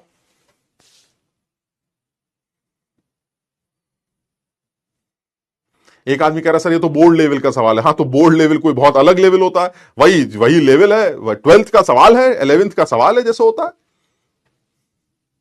लेकिन कैलकुलेशन तुम्हें समझाने में टाइम लग रहा है। एक आदमी अगर रफ में कर रहा होगा ना तो उसको टाइम नहीं लगेगा, उसको पता है करना क्या है। उसने सीधे H2SO4 एक्वस निकाला, HCl एक्वस निकाला, SO2 एक्वस निकाला, सीधे पुट कर दिया, आंसर आ गया। आंसर सीधे सॉल्व करके -74.18 आ रहा। शाबाश, हमारे पास SO2 गैस का डेटा है, हमारे पास SO2 गैस का डेटा है, लेकिन मुझे चाहिए SO2 एक्वस का डेटा। तो हम क्या करेंगे, SO2 गैस को पानी में डालकर उसको SO2 एक्वस बना लेंगे, और उसकी एनर्जी कितनी दे रखी है, 8.56। तो इसका मतलब युवा इस रिएक्शन का डेल्टा एच दे रखा है। इसका डेल्टा एच किसके बराबर होगा, दिस माइनस दिस। ये हमें सवाल में दे रखा है, तो इसका फॉर्मेशन आ जाएगा। आप समझ रहे कर क्या रहे हैं, इसके डेल्टा एच को यूज करके दिस माइनस दिस करके आप इसका फॉर्मेशन निकाल रहे हैं। उसी तरह से इसके डेल्टा एच को यूज करके दिस माइनस दिस करके आप इसका फॉर्मेशन निकाल रहे हैं, और उसी तरह से इसके डेल्टा एच को यूज करके दिस माइनस दिस करके आप HCl एक्वस का फॉर्मेशन निकाल रहे हैं। जब तीनों का फॉर्मेशन पता चल जाएगा तो यहां डायरेक्ट वैल्यू पुट करके आप आंसर कैलकुलेट कर सकते हैं। क्लियर?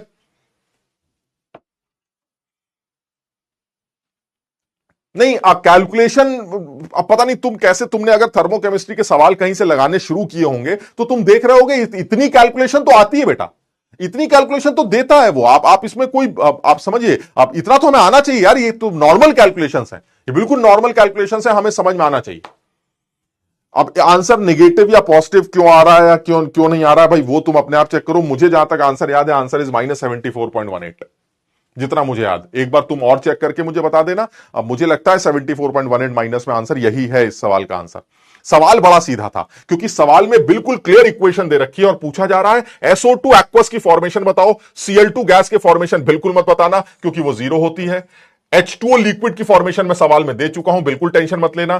पूरा खेल इन तीन चीजों पर बेस्ड है। इसका एक्वस का फॉर्मेशन निकालना, HCl एक्वस का फॉर्मेशन निकालना, और SO2 एक्वस का फॉर्मेशन के लिए इक्वेशन निकालना, डेल्टा निकालना, और वो हमें इन दो वैल्यूज को यूज करके करना। क्लियर है? आसान है मतलब, लेकिन तुम आगे यूज करो, मतलब तुम समझ रहे हो मैंने कोई इक्वेशन नहीं बनाई है, मैं कुछ नहीं लिख रहा हूं। अदरवाइज इस सवाल को करने का और तरीका हो सकता है कि आप सारी इक्वेशंस लिखते जाएं, उन इक्वेशंस को जोड़ें घटाएं और ये वाली इक्वेशन लेके आए, लेकिन वो बहुत ज्यादा मुश्किल होता है क्योंकि उसमें आपको ये सोचना पड़ता है कि किसको किससे जोड़े, किसको किससे घटाएं। ये बहुत क्लियर है हम क्यों, क्योंकि मुझे इतना क्लियर है कि भाई मुझे इसका फॉर्मेशन चाहिए एक्वस का। अब इस एक्वस का फॉर्मेशन कहां से आएगा, जहां एक्वस दिख रहा है। एक्वस कहां दिख रहा है सर, एक्वस तो यहां दिख रहा है, यहां वाला एक्वस का फॉर्मेशन निकालना है तो तुम्हें इसका फॉर्मेशन पता होना चाहिए, वो सवाल में दे रखा है, और इस रिएक्शन का डेल्टा एच आपको पहले से पता है। वही प्रोडक्ट माइनस रिएक्टेंट करते जाइए, खड़ा खड़ा आंसर निकालते जाइए, आंसर आ जाए। क्लियर है? चलिए ठीक है, नेक्स्ट सवाल पे आते हैं। एक नेक्स्ट सवाल करते हैं, ये लीजिए भाई, मेरे हिसाब से तो ये बहुत ही जबरदस्त सवाल है, वेरी गुड कैलकुलेशन है, सब कुछ मान लेता हूं मैं, लेकिन मैं इस बात को मानने के लिए बिल्कुल तैयार नहीं हूं कि यह सवाल हमसे जेई के पेपर में नहीं पूछ सकता। यानी ये मेरे हिसाब से एक एडवांस लेवल का एक बहुत ही खूबसूरत सवाल बिल्कुल हो सकता है। इनफैक्ट जेई लेवल में इस लेवल पर भी सवाल, थर्मोकेमिस्ट्री पर जेई के एडवांस लेवल पर भी हमसे सवाल नहीं पूछा गया। तो मुझे ऐसा लगता है कि यह सवाल भी एक बड़ा खूबसूरत सवाल है, जो देखने में लेंदी लग सकता है, जो कि समझने में मुश्किल हो सकती है, लेकिन जो आदमी करना चाहता है वो अकल लगा के इस सवाल को कर सकता है विदाउट ज्यादा कंफ्यूज हुए। आप जरा समझने की कोशिश करिएगा क्या क्या दे रखा है। सबसे पहले यह देखते हैं कि तुम चाहते क्या हो, ठीक, तो हम अपना दिमाग लगाते हैं। तो सबसे पहले वो ये कह रहा है कि भाई ऐसा है कि हमें अमोनियम आयन बनाना है, क्योंकि अमोनिया के प्रोटोनेशन की इक्वेशन का डेल्टा एच आपको कैलकुलेट करना है। अब ये बताइए आपको किस रिएक्शन का डेल्टा एच निकालना है? सर मुझे अमोनिया के प्रोटोनेशन यानी प्रोटॉन एफिनिटी ऑफ अमोनिया का डेल्टा एच बताइए। Calculate the proton affinity of ammonia from the following data, यानी आपको अमोनिया की प्रोटॉन एफिनिटी का सवाल आंसर चाहिए। सो दिस इज अमोनिया और प्रोटॉन एफिनिटी ये आपके सामने है, दिस इज NH4+। आप ये बनाना चाहते हैं, चलिए ठीक है।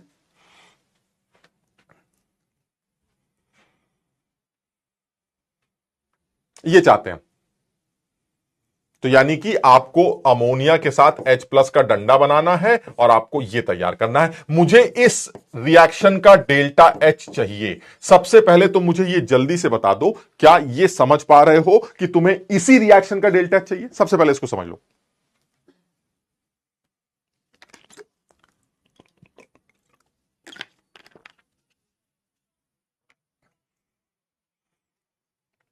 नहीं, H2 नहीं होगा, अमोनिया H2 के साथ जुड़ नहीं रही है, आप समझिए बात को। अमोनिया प्रोटोनेट हो रही है, this is protonation of ammonia and the protonation will be done by H+। You need proton. वो कहां से आ रहा है? वो अमोनिया के ऊपर है, वो मुझे नहीं समझ में आता। लेकिन जितना समझ में आ रहा है वो ये कि आपको H प्लस चाहिए, H प्लस अमोनिया को, and this is proton affinity. आप प्रोटॉन से एफिनिटी रखते हैं। अगर आप प्रोटॉन की एफिनिटी की बात करते हैं तो आपको प्रोटॉन सामने लेके आना पड़ेगा। यानी इस रिएक्शन का डेल्टा H मुझे चाहिए। सबसे पहले बताइए। तनुज दीक्षित कह रहे हैं सर इसको रिपीट कर दीजिए। चलिए, जो बच्चा नो कह रहा है मैं एक बार फिर से बता देता हूं।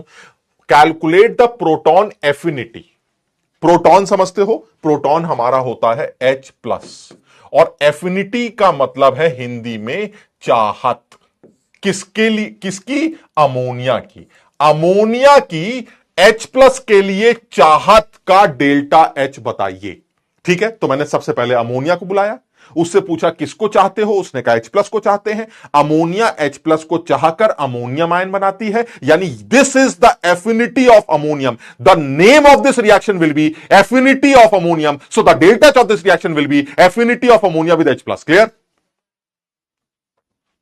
सबको यहां तक समझ में आ रहा है? ठीक। अब तुम बताओ, अगर तुम्हें इस रिएक्शन का डेल्टा चाहिए तो तुम्हें क्या क्या चाहिए? सर देखिए, ऐसा मैं ज्यादा अकल नहीं लगाता, लेकिन मैं आपकी बातों को बहुत सीरियसली समझता हूं, और मुझे यह समझ में आता है ये चैप्टर बिल्कुल अलग तरीके से ये आपने कंसेप्ट हमें दिखाया है। किताबों में दुनिया भर की कम से कम नहीं तो इतनी सारी रिएक्शंस लिखी जाएंगी, फिर ये बोला जाएगा पहले में से दूसरों को जोड़ो, दूसरे में से तीसरे को घटाओ, तीसरे में से चौथे को जोड़ो, न जाने क्या क्या करो। अदरवाइज जो समझदार आदमी वो कहता है एक सेकेंड, मेहनत करनी पड़ेगी, बट बहुत तसल्ली से काम करते हैं।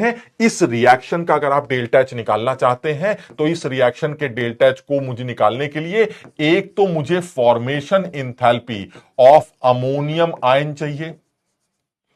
पहली बात, formation enthalpy of ammonium ion चाहिए। Products minus reactant minus formation enthalpy of ammonia gas चाहिए, minus formation enthalpy of H plus gas चाहिए। कुछ लल्लू यहीं पर गलती करते हैं और कहते हैं मैंने पढ़ा है, मेरे मास्टर ने चीख चीख के बताया था कि एक बड़ी यूनिक इंफॉर्मेशन बताने जा रहा हूं, H प्लस का फॉर्मेशन 0 होता है। अरे वो मास्टर ने गलत बता दिया या तुमने गलत सुन लिया। H प्लस का फॉर्मेशन 0 नहीं बोला मैंने, H प्लस एक्वस का फॉर्मेशन 0 है। H प्लस गैस का फॉर्मेशन 0 नहीं हो सकता। समझो बात को, H प्लस गैस तो बनानी पड़ेगी। मेरी बात समझ में आ रही है सबको? यानी कहने का मतलब यह हुआ कि एक्चुअली ये इक्वेशन होगी जिसको सॉल्व करके आप रिएक्शन का डेल्टा H निकाल सकते हैं। पहले बताओ, यहां तक समझ में आया?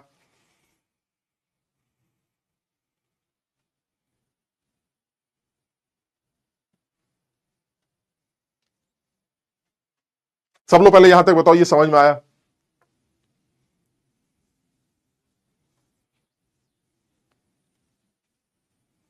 एक्वस होगा, रजत बिल्कुल सही कह रहे हो, एक्वस होगा तो 0 होगा दोस्त, बिल्कुल सही कह रहे हो। H प्लस और एक्वस का मतलब नहीं बनता। सर आप बड़ी सीधी सी बात कर रहे हैं, अमोनिया गैस के ऊपर H प्लस मार रहे हैं, क्या अमोनिया H प्लस के साथ जोड़ के कोवेलेंट बॉन्ड बनाती है? हाँ सर बनाती है, बिल्कुल सही है sir, this is a normal covalent bond. अगर मैं ऐसे समझाने के लिए बोलूं, सर ये देखिए बढ़िया एक बढ़िया कोवेलेंट बॉन्ड बन रहा है, ये देखिए। आप कोऑर्डिनेट बोल दीजिए, कोवेलेंट बॉन्ड बोल दीजिए, सर कोवेलेंट और कोऑर्डिनेट इतने खूबसूरत बॉन्ड होते हैं।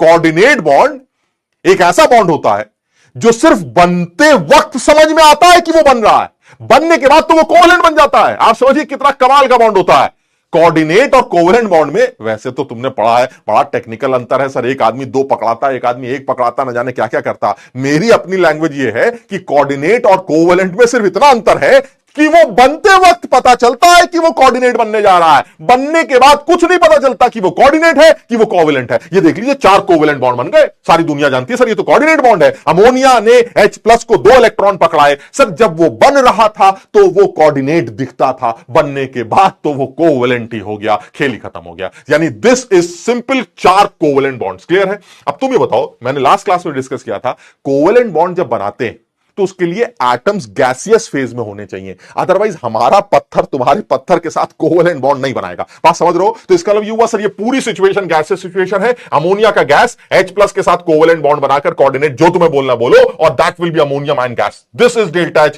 And this is ammonia affinity of proton and the delta H value will be सवाल का आंसर।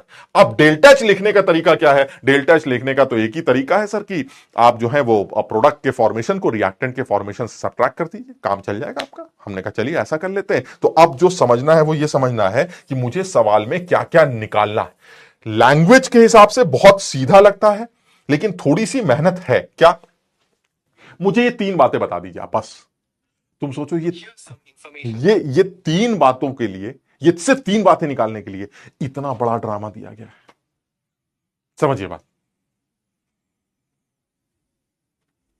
देखते तुम में से कौन अकल लगाए, एक एक करके मुझे बता दो। इन सब में सबसे पहले मुझे ऐसा लगता है सबसे अच्छा है, सबसे आसान है, अब पहला वाला आदमी। अब मुझे जल्दी से कोई अकल लगा के बता दे ये कितना होगा, ये कितना होगा। मुझे कोई यहां पर जल्दी से बता दे, मजा आ जाएगा। कोई आदमी सोच के यहां पर बताए। Delta H plus, delta H है formation of H plus gas.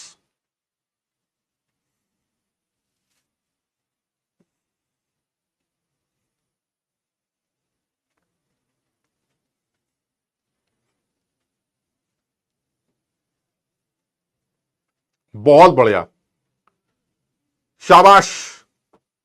अरे एक कुछ लल्लू गड़बड़ कर रहे हैं यार, कुछ लल्लू गड़बड़ कर रहे हैं। वो सिर्फ H2 को तोड़, अरे लल्लू H2 को तोड़ोगे तो H गैस बनेगा, उस H गैस में से और एनर्जी देकर H प्लस बनाओ ना।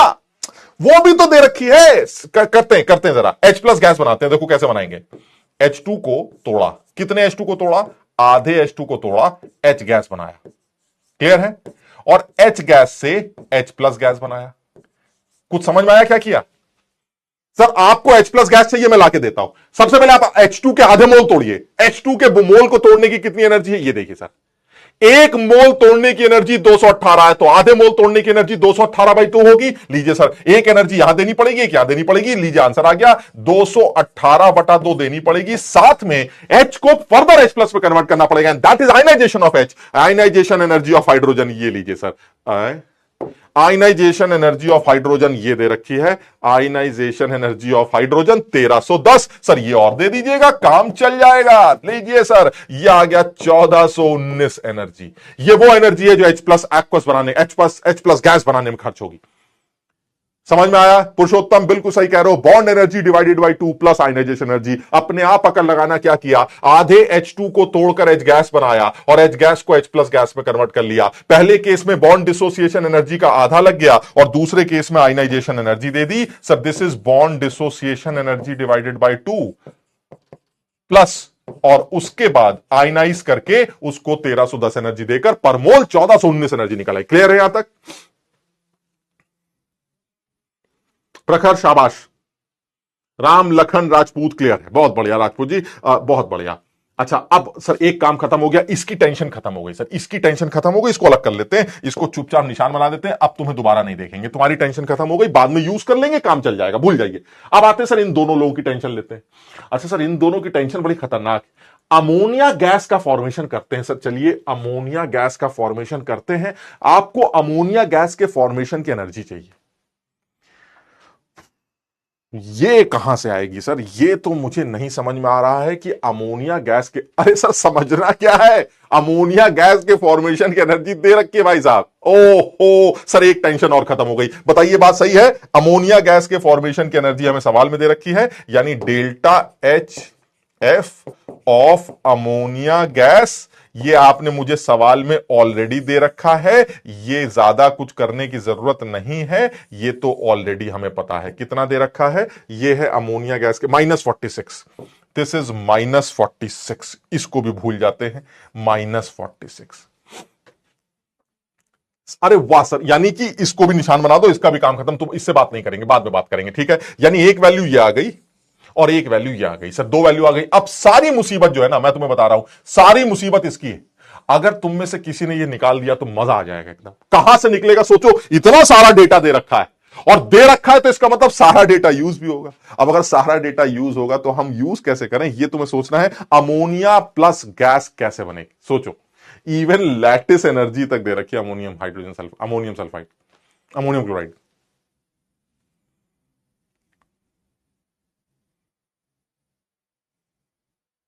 हाँ पलक कुछ कुछ ठीक लग रहा है,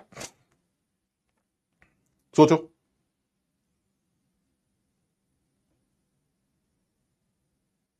अब बॉर्न हेबर साइकिल तो मत बोलो, मतलब मैं बॉर्न हेबर साइकिल के फेवर में तो नहीं हूं, क्योंकि बॉर्न हेबर साइकिल तो शायद नहीं बनाना। लेकिन ये कि जितना थोड़ा सा अगर मैं सोचूं तो अमोनियम अमोनियम क्लोराइड अगर हमें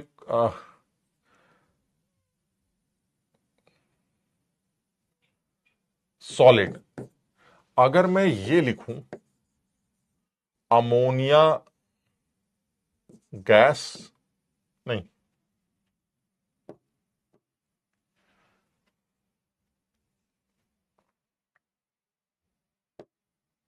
NH4 plus gas plus Cl minus gas, तो क्या ये कह सकते हैं कि दिस इज लैटिस एनर्जी? बताओ, समझो।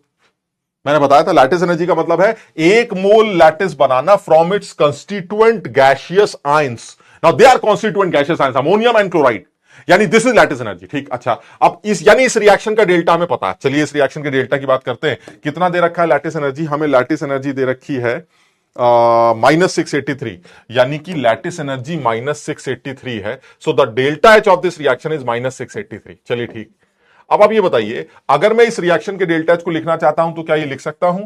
Delta H formation of ammonium chloride, वही पुराना तरीका, ammonium chloride solid minus product का फॉर्मेशन माइनस रिएक्टेंट का formation, minus formation of ammonium gas minus formation of chloride ion, chloride gas. बिल्कुल लिख सकते हैं सर, बिल्कुल लिख सकते हैं। आप ये बताइए आपको चाहिए क्या? आपको चाहिए अमोनियम गैस, यही तो आपको चाहिए। तो ये निकालने के लिए क्या करना पड़ेगा? ये निकालने के लिए करना पड़ेगा delta H F ammonium gas, this should be equal to, कितना आ जाएगा? इसको अगर मैं इधर ले जाऊं, उसको उधर ले जाऊं, तो it will be delta H F of ammonium chloride solid और minus delta H F of chloride gas. देखते हैं कैसे निकल के आएगी, और वो इधर आ जाएगा, दैट विल बी +683। अब ये बताइए, क्या अमोनियम क्लोराइड सॉलिड की फॉर्मेशन दे रखी है? अमोनियम क्लोराइड सॉलिड की फॉर्मेशन इंथैल्पी दे रखी है सर, ये देखिए -314। चलिए एक काम खत्म हुआ, -314 दे रखी है, दिस इज -314 माइनस, क्या फॉर्मेशन ऑफ क्लोराइड आयन दे रखा है? नारायण दे नहीं रखा है सर, हम निकाल लेते हैं ना, क्लोराइड को हम फॉर्म कर लेते हैं। कैसे करेंगे क्लोराइड को फॉर्म? सर Cl2 को पहले तोड़ेंगे, जैसे अभी किया था, Cl गैस बना लेंगे, और Cl गैस से Cl माइनस गैस बना लेंगे। अब बताइए Cl2 को तोड़ने की एनर्जी कितनी है? Cl2 को तोड़ने की एनर्जी 124/2 हो गई, यानी एक तो एनर्जी 124 लगी, एक एनर्जी 124/2 लगी, प्लस Cl को Cl माइनस में, अरे क्लोरीन को एफिनिटी दे रहा है सर, क्लोरीन पीरियोडिक टेबल में सबसे ज्यादा एफिनिटी शो करता है सर, इसकी एफिनिटी सबसे अच्छी दिखाई देती है, ऑलमोस्ट 349 के आसपास एनर्जी रिलीज करता है, यानी क्लोरीन तो मस्त आदमी है सर, ये तो जबरदस्त एफिनिटी शो करेगा और खूब एनर्जी निकलेगी। ये देखिए दे रखा है -348, यानी ये -348 एनर्जी और रिलीज कर देगा। दिस इज, समझिए बात को, वहां पर आयनाइजेशन एनर्जी जुड़ रही है क्योंकि वो देनी पड़ती है, ये माइनस में आएगा, क्यों? क्योंकि ये इतनी एनर्जी रिलीज होती है। याद है एफिनिटी जनरली माइनस में होती है, नहीं एफिनिटी तो प्लस में होती है, but electron gain enthalpy generally minus में होती है। इसका मतलब ये हुआ सर, ये वैल्यू जो आएगी, this will be the formation of Cl minus gas. कितना आ जाएगा? ये आ जाएगा 62, 348 में से 62 माइनस कर देते हैं, यहां आ जाएगा 6, 14 में से 6 गए 8, और यह आ गया 286। पता नहीं मैं सही कर रहा हूं कि नहीं यार, -286, यानी कि अगर मैं इसको देखूं तो यह आ जाएगा -286 माइनस, यानी +286 +683। This is ammonium formation. जरा बताना यार, मुझे लग रहा है कुछ गलती हुई है, एक बार सॉल्व करके देखते। जल्दी से सॉल्व करके बताओ ये कितना आ रहा है।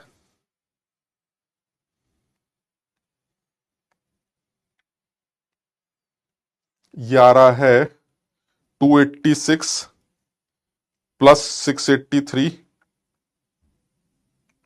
-314, ये 655 आ रहा है यार, पता नहीं सही आ रहा है कि नहीं, 655। ठीक है, अच्छा ये आ रहा है अमोनियम गैस। अब आपको तीनों पता चल गए, तीनों अब आपने छुपा लिए चुपचाप। ये आपका तीसरा वाला आदमी आ गया। अब इन तीनों को यूज करते हैं, यहां पर यूज करते हैं इन तीनों को।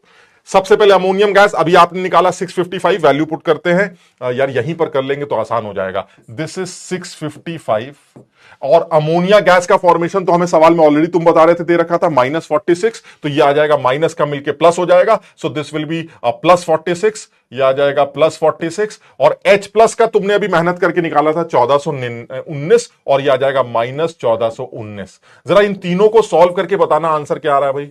इन तीनों को सॉल्व करके बताना आंसर क्या आ रहा है। 615, 46 एंड -49। जरा जल्दी से बताओ क्या आ रहा है। 615, 46 और -14, 19। आंसर मुझे याद है, इसका आंसर -718 है। ये तो मुझे अच्छी तरह से याद है, आंसर -718 है। क्या ये -718 आ रहा है? एक बार चेक करो जरा। बी। बहुत बढ़िया, अरे वाह, इतनी मेहनत करने के बाद मेहनत सफल हुई। हालांकि मैंने कुछ किया नहीं इसमें। अब सब लोग इसको समझो, ये सवाल तुम्हें समझाते वक्त या क्योंकि मेरी कैलकुलेशन भी ढीली है, मैं करता भी बहुत स्लो स्लो हूं, अब साथ में तुम्हारे साथ बात भी कर रहा हूं, तो इसलिए मुझे टाइम लग रहा है इस सवाल को। जो बच्चा पढ़ा लिखा होगा ना, इस सवाल को देखते ही सबसे पहले, अगर वो पढ़ा लिखा भी है तो सबसे पहले तो छोड़ेगा, वो कहेगा भाई इतना लंबा सवाल कौन करेगा, हमसे तो नहीं होगा। जो बहुत ज्यादा समझदार होगा वो ये जानता होगा कि एक बार ये तो देख लेता हूं कि पूछ क्या रहा है। जैसे ही वो ये लाइन लिखेगा कि पूछ ये रहा है, इसको निकालना है, और इसको निकालने का तरीका हमारे सर ने बताया है, formation of products minus formation of reactant से निकाला जा सकता है।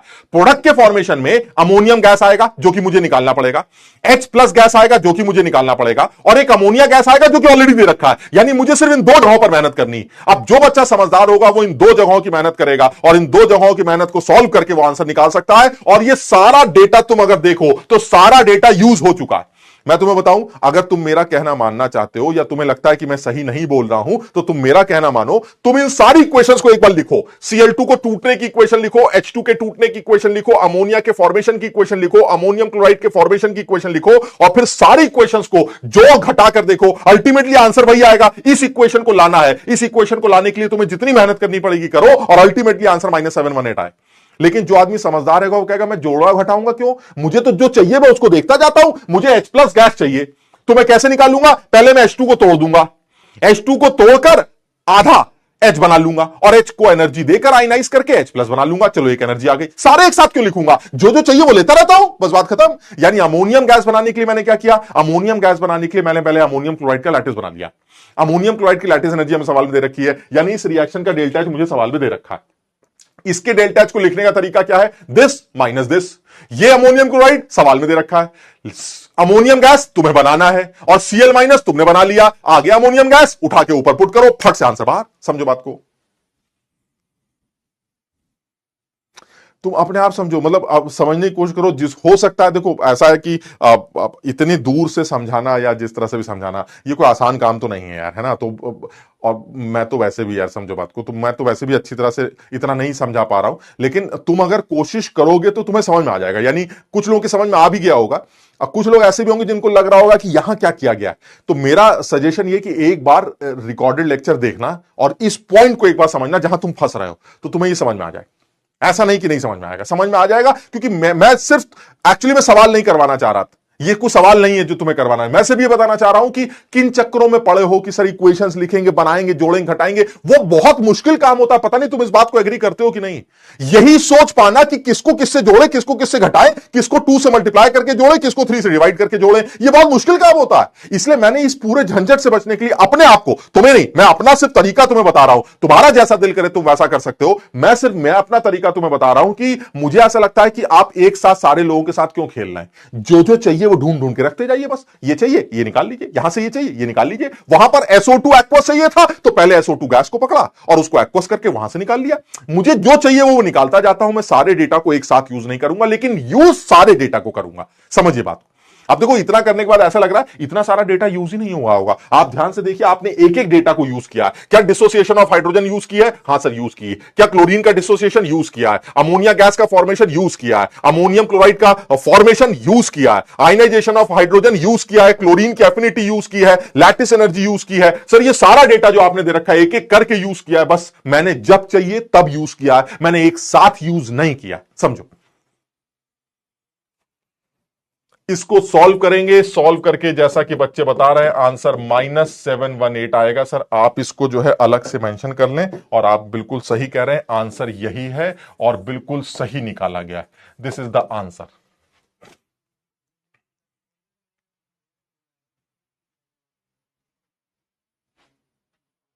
समझ रहे हो? तो मैं सिर्फ ये बताना चाह रहा हूं, ज्यादा झंझट नहीं यार। अब इससे इतना मुश्किल सवाल कभी पूछा ही नहीं चाहिए कि एडवांस लेवल पर कभी नहीं पूछा। लेकिन तुम्हें नहीं लगता ये क्यों नहीं पूछा? पागल हो? पूछ लेते कि क्या परेशानी है। बहुत मुश्किल है, बच्चे कैसे इतनी सारी इक्वेशन लिख के करेंगे सवाल। अरे तो तुम उन बच्चों के चक्कर में क्यों पड़ो जो गधे हैं, जिनको तरीके से समझाया नहीं गया, जिनको वही बकवास ढर्रा जैसे किताब में दे रखा है उसी ढर्रे पे समझाया गया। अरे तो छोड़ो ना, हर बच्चे को थोड़ा आईटी में सिलेक्ट करना है, आप सवाल पूछ लीजिएगा, जो समझदार होगा वो सिलेक्ट हो जाएगा, और जो इक्वेशंस बना के करना चाहे वो भी कर सकता है, लेकिन वो कितना टाइम बर्बाद करेगा, आप सोचिए कितना दिमाग खराब करेगा, अदरवाइज अपना काम चलाए। लेकिन इसमें फिर वही है कि आपको समझदारी से काम करना पड़ेगा, थोड़ा सा समझदारी से काम करेंगे काम चल जाएगा।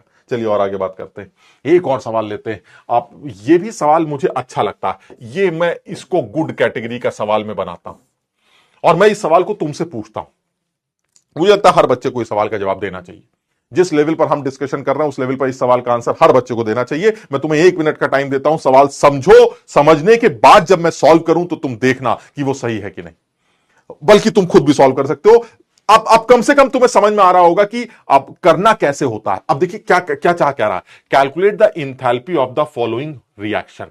ये रिएक्शन मैंने कहा बहुत बढ़िया, मैं समझ गया, रिएक्शन दे रखी है, मैंने चुपचाप कोने में रिएक्शन लिख दी, CH3 C double bond O CH3, ये प्रोपेनोन एसीटोन जो बोलना चाहे बोल सकते हैं, this is 2O2 gives acetic acid CH3 C double bond O OH plus CO2, ये CO2 ले लेते हैं, प्लस H2। सर ये इक्वेशन, कुछ लोग ये भी कह सकते हैं सर आप इस तरह से क्यों लिख रहे हैं, इस तरह से मैं इसलिए लिख रहा हूं क्योंकि मुझे दिखाई दे रहा है ये data C double bond O single bond double bond single bond, मैं समझ गया, मुझे डंडे तोड़ने पड़ेंगे इस बार, फॉर्मेशन इंथैल्पी से काम नहीं चलेगा, मुझे इस बार वो सेकंड वाला मेथड लगाना पड़ेगा। सेकंड वाला कौन सा सर, आगे चलते जाओ, डंडे टूटते जा रहे हैं, प्लस में डालते जाओ, डंडे बन रहे हैं, माइनस में डालते जाओ, आगे आंसर। समझ लो बात को, यानी कहना ये चाह रहे हैं कि यहां पर ये कीटोन का ऑक्सीडेशन करना चाह रहे हैं। हाँ, वही जो सिंपल तरीका है, पॉप अप रूल क्या कहते हैं उसको, आप समझ रहे, डंडे तोड़ जबरदस्ती कीटोन का ऑक्सीडेशन, जो कि एक बड़ा मुश्किल काम माना जाता है। कीटोन कहता है हमारे चक्कर में कहां पड़ो, हमारी जगह किसी और को ऑक्सीडाइज कर लो, हम इतनी आसानी से ऑक्सीडाइज नहीं होंगे, लेकिन फिर भी जबरदस्ती तरीके से इसको ऑक्सीडाइज किया जा रहा है, जिसमें 1 नंबर पक्का कार्बन कम होगा ही होगा, क्योंकि कीटोन का ऑक्सीडेशन कार्बन को कम करता ही करता। तो जैसे यहां 3 कार्बन का कीटोन है तो यहां पक्का कार्बन कम हो जाएंगे, ये देखिए कार्बन उड़ गया। बहरहाल तो ये हमारी पास इक्वेशन। अब जिस तरह का डेटा है, डेटा को देख के क्या लगता है, डेटा को देख के लगता है कि इस रिएक्शन का डेल्टा H, क्या मुझे इसी रिएक्शन का डेल्टा H निकालना है? पहले तो ये चेक कर लेते हैं। हाँ सर देखिए, find out the enthalpy change of this reaction. और फिर किसी भी रिएक्शन के डेल्टा H को लिखने का तरीका सर, सर प्रोडक्ट का फॉर्मेशन माइनस रिएक्टेंट का फॉर्मेशन सर, लेकिन फॉर्मेशन एंथैल्पीज नहीं, डिसोसिएशन एनर्जी गिवन। तो सर आप एक लाइन से तोड़ते चले जाइए, लाइन से देखते जाइए क्या हो रहा है, एक बार सब लोग लाइन से देखो क्या हो रहा है। सर यहां पर CH3 है, यहां भी CH3, कुछ नहीं हुआ सर, CH3 कार्बन का कुछ नहीं हुआ, लेकिन सर यहां पर एक CH3 का डंडा टूटा है, इसका मतलब हुआ एक CC डंडा तोड़ना पड़ेगा सर आपको, एक CC का बॉन्ड तोड़ना पड़ेगा, साथ ही साथ 3 CH के बॉन्ड भी तोड़ने पड़ेंगे। सर बड़ी मेहनत करनी पड़ेगी, और मेहनत करने के बाद आंसर आएगा। एक बार करके देखो भाई।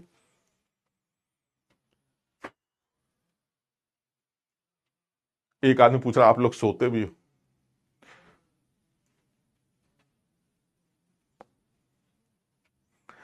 तानिम इस्लाम, अब बाद में पता चल जाएगा बेटा, जब ऑर्गेनिक केमिस्ट्री में और आगे एल्डिहाइड कीटोन्स के ऑक्सीडेशन तक पहुंचोगे तो तुम्हें समझ में आएगा।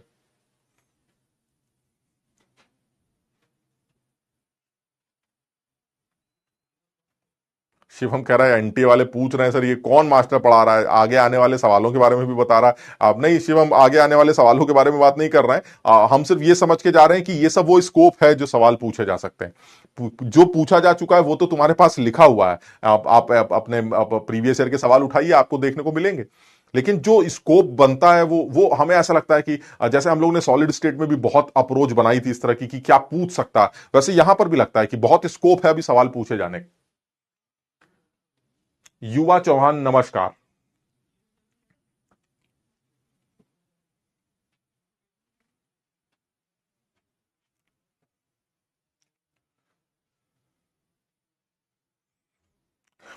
मृदुल, अब तुमने एक सवाल पूछा जिसका आंसर मैं जनरली इस तरह से देता हूं, जनरली जब मुझसे इस तरह की कोई बात करता है, लेकिन ये मतलब सब घर भर में इस तरह से, जैसे मैंने अभी मतलब अभी मेरी आदत है तो मैंने एक रील भी बनाई थी अभी।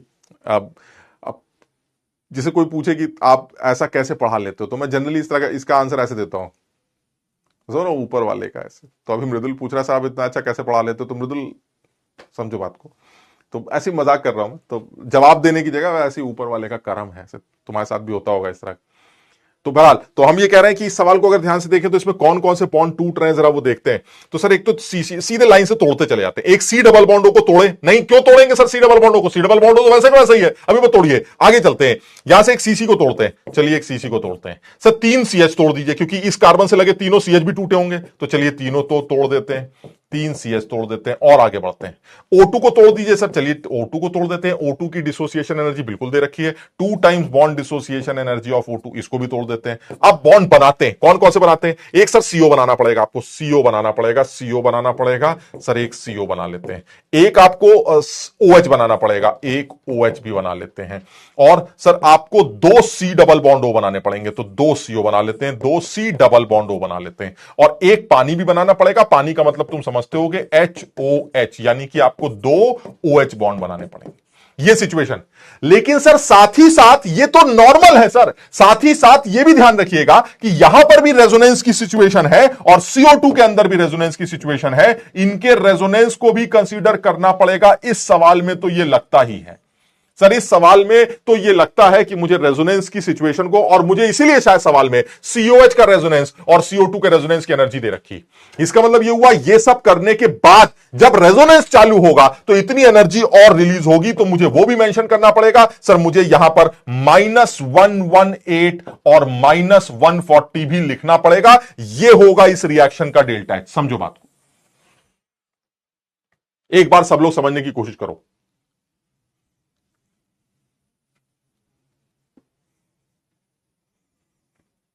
हाँ प्रसून दौड़ा, ये सोचना था बेटा, क्योंकि रेजोनेंस मैं भी नहीं सोचता क्योंकि जनरली तुमने भी पढ़ा है कार्बोक्सिलिक एसिड के अंदर कौन सा रेजोनेंस होता है, कौन ध्यान रखता है? सर काहे का रेजोनेंस, कैसी बातें कर रहे हैं, ये कैसा रेजोनेंस है? ऑक्सीजन पर पॉजिटिव चार्ज आ रहा है सर, ऑक्टेट तो पहले ही कंप्लीट था, तुमने जबरदस्ती पॉजिटिव चार्ज और ठूस दिया। सर ये काहे का रेजोनेंस है? हम एसिड्स के रेजोनेंस की बात नहीं करते थे, हम एसिड्स के जो कॉन्जुगेट बेस होते थे उनके रेजोनेंस की बात करते थे। हमें वो बहुत खूबसूरत लगते थे। CH3COH है, अगर मुझे इसके रेजोनेंस में इतना मजा नहीं आता जितना लगता है कि अगर इसमें से H निकल गया तो जो ये रेजोनेंस होगा सर, ये खूबसूरत है सर, ये इक्यू एनर्जी रेजोनेंस है सर, ये एक जैसे दो रेजोनेटिंग स्ट्रक्चर फॉर्म करेगा। इस रेजोनेंस का तो कोई सानी नहीं है सर, ये तो बहुत मस्त रेजोनेंस है। लेकिन इसके रेजोनेंस को मैं कंसीडर नहीं करता था सर, ये फर्जी रेजोनेंस है सर। ऑक्सीजन पर जबरदस्ती का पॉजिटिव चार्ज ला रहा है, आप कहीं मजा नहीं आ रहा है। यानी मैं कभी इनफैक्ट CO2 के रेजोनेंस को भी मैं कंसीडर नहीं करता था सर। मैं कहां देख पाता था कि CO2 के अंदर रेजोनेंस है, वो तो आपने इसके अंदर जबरदस्ती की रेजोनेंस एनर्जी डाल दी तो मैंने रेजोनेंस करना स्टार्ट कर दिया। यानी सर इसका एक रेजोनेटिंग स्ट्रक्चर मैं बिल्कुल बना सकता हूं और इसका रेजोनेटिंग स्ट्रक्चर एक फर्जी सा रेजोनेटिंग स्ट्रक्चर बनाया जा सकता है। बात समझ रहे हैं? हां, अगर आप इन दोनों रेजोनेटिंग स्ट्रक्चर्स की स्टेबिलिटी की बात करेंगे तो जिस आदमी का ऑक्टेट पूरा होगा, जिस रेजोनेटिंग स्ट्रक्चर में हर एलिमेंट का ऑक्टेट पूरा है, वो सबसे अच्छा रेजोनेटिंग स्ट्रक्चर माना जाता है। सर पहले वाले में सबका ऑक्टेट पूरा है तो दूसरे में भी तो पूरा है सर, दूसरे में भी सबका ऑक्टेट पूरा है। अब आप कैसे करेंगे? जहां कोवेलेंट बॉन्ड ज्यादा होंगे सर उसको ले लेंगे। सर कोवेलेंट बॉन्ड तो दोनों में बराबर है, यहां भी 4 है, यहां भी 4 है। अब आप कैसे करेंगे? अरे तो सर छोड़िए ना सर, जो न्यूट्रल है वो ज्यादा अच्छा है, जो चार्ज है वो खराब है, बात खत्म करिए। सर ये है, इसमें कोई शक नहीं है कि ये ज्यादा स्टेबल रेजोनेटिंग स्ट्रक्चर। लेकिन फिर भी मुझे क्योंकि रेजोनेंस एनर्जी दे रखी थी इसलिए मैंने यहां पर इस बात का इस्तेमाल किया। यानी कहने का मतलब यह हुआ इन सबको जोड़ा जाए और जोड़ने के बाद इसके आंसर निकाला जाए। मुझे बहुत अच्छी तरह से याद है इसका आंसर -348 आना चाहिए। एक बार चेक करके देख लेते हैं।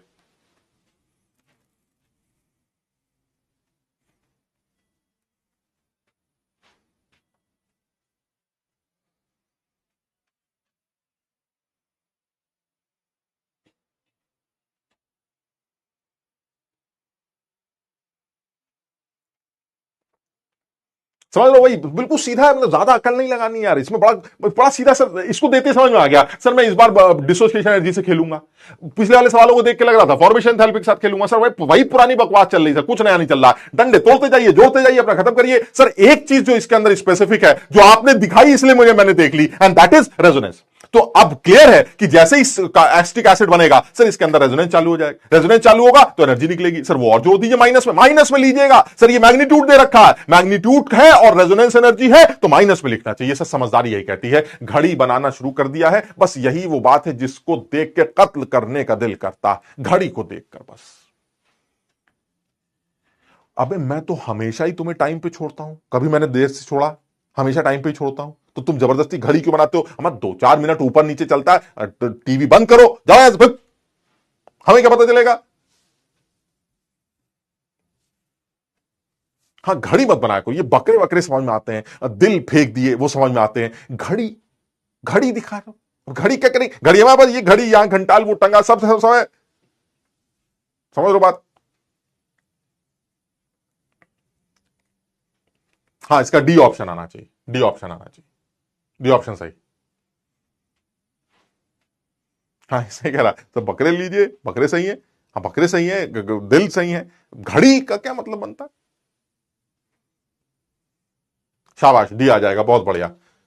एक सवाल और करेंगे, बस एक सवाल, ये सवाल कराना था, अब मुझे इंपॉर्टेंट लगता है, हालांकि बहुत आसान, लेकिन क्योंकि अभी शुरुआत में बात हुई थी इसलिए मैंने ये सवाल दे रखा है तुम्हें। मुझे ट्रांजिशन एनर्जी चाहिए कार्बन ग्रेफाइट की कार्बन डायमंड में। सारे लोग एक सेकंड में ओरल आंसर बता देंगे इसका, लेकिन मैंने ये सवाल क्यों दिया है, मैं सिर्फ ये बताने के लिए दे रहा हूं ये सवाल कि दिस प्रोसेस इज एंडोथर्मिक, ये मैं तुम्हें बताने की कोशिश कर रहा हूं, and this is endothermic process. यानी ग्रेफाइट बनाना एक एंडोथर्मिक प्रोसेस होता है, और इसीलिए कहा जाता है, और शायद हम केमिकल इक्विलिब्रियम में पढ़ेंगे, लेकिन हो सकता है तुम में से कुछ लोगों को याद हो, एंडोथर्मिक प्रोसेस का टेंपरेचर बढ़ाने से रिएक्शन फॉरवर्ड भागती, याद है? यानी ग्रेफाइट अगर आप चाहते हैं तो टेम्परेचर बढ़ाने से रिएक्शन फॉरवर्ड भागेगी, समझ रहे हैं? यानी अगर आप ग्रेफाइट से डायमंड बनाना चाहते हैं तो टेम्परेचर बढ़ाना पड़ता है, और इसीलिए कहा जाता है कोयले को जमीन के अंदर दबा के रखा जाता है, बहुत गहरा कोयला दबा रहता है और तब वो जाके डायमंड बनता है। समझिए बात, क्यों? क्योंकि नीचे टेम्परेचर भी ज्यादा है, प्रेशर भी ज्यादा है, हाई प्रेशर और हाई टेम्परेचर पर ही ये रिएक्शन फॉरवर्ड भागती है, जिसकी वजह से डायमंड का फॉर्मेशन होता है। हम फेस ट्रांसफॉर्मेशन में केमिकल इक्विलिब्रियम ली चैटले प्रिंसिपल में इसको डिस्कस करेंगे अब आगे चल के, अब अगले चैप्टर में। लेकिन जो मैं समझाना चाह रहा हूं वो बड़ा सीधा सा है, ग्रेफाइट को डायमंड में आप कन्वर्ट कर रहे हैं। इस कन्वर्जन को अगर आप देखें, ये तो ऐसे समझ में आ रहा है, ग्रेफाइट को CO2 बनाया, ग्रेफाइट को ऑक्सीडाइज किया तो इतनी एनर्जी निकली, डायमंड को ऑक्सीडाइज किया तो कम एनर्जी निकली। बात समझिए क्या चक्कर है यार, ये क्या, सॉरी, ज्यादा एनर्जी निकली, क्या चक्कर है सर? डायमंड कह रहा है मैं ऑक्सीडाइज हो जाऊंगा, ज्यादा एनर्जी निकल रही है, यानी ऑक्सीडेशन आसान। ग्रेफाइट कर कम एनर्जी निकालेंगे, यानी ज्यादा स्टेबल फॉर्म कौन सी है सर? ग्रेफाइट, ज्यादा स्टेबल फॉर्म ग्रेफाइट है। लेकिन अगर आप इनका कन्वर्जन निकालना चाहते हैं तो मैं सिर्फ इसका सीधे सीधे आंसर लिख सकता हूं, दिस कन्वर्जन इज, सीधे सीधे दिखाई देता है, it is 1.9 plus, this is 1.9 kilo joule per मोल।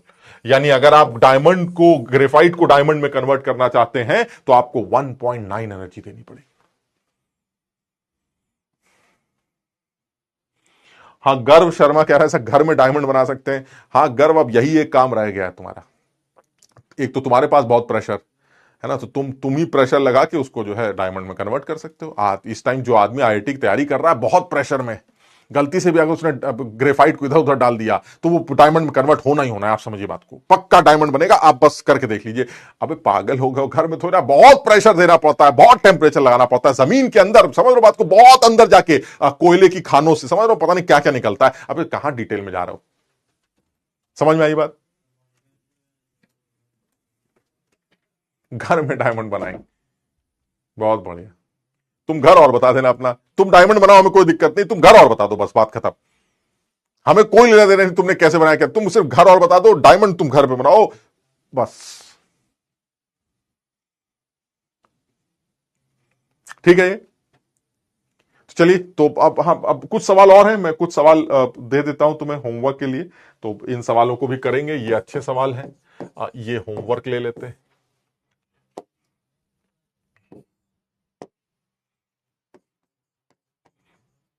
ये होमवर्क ले लेते हैं, बहुत बढ़िया। ये भी होमवर्क ले लेते हैं, ये भी बहुत बढ़िया।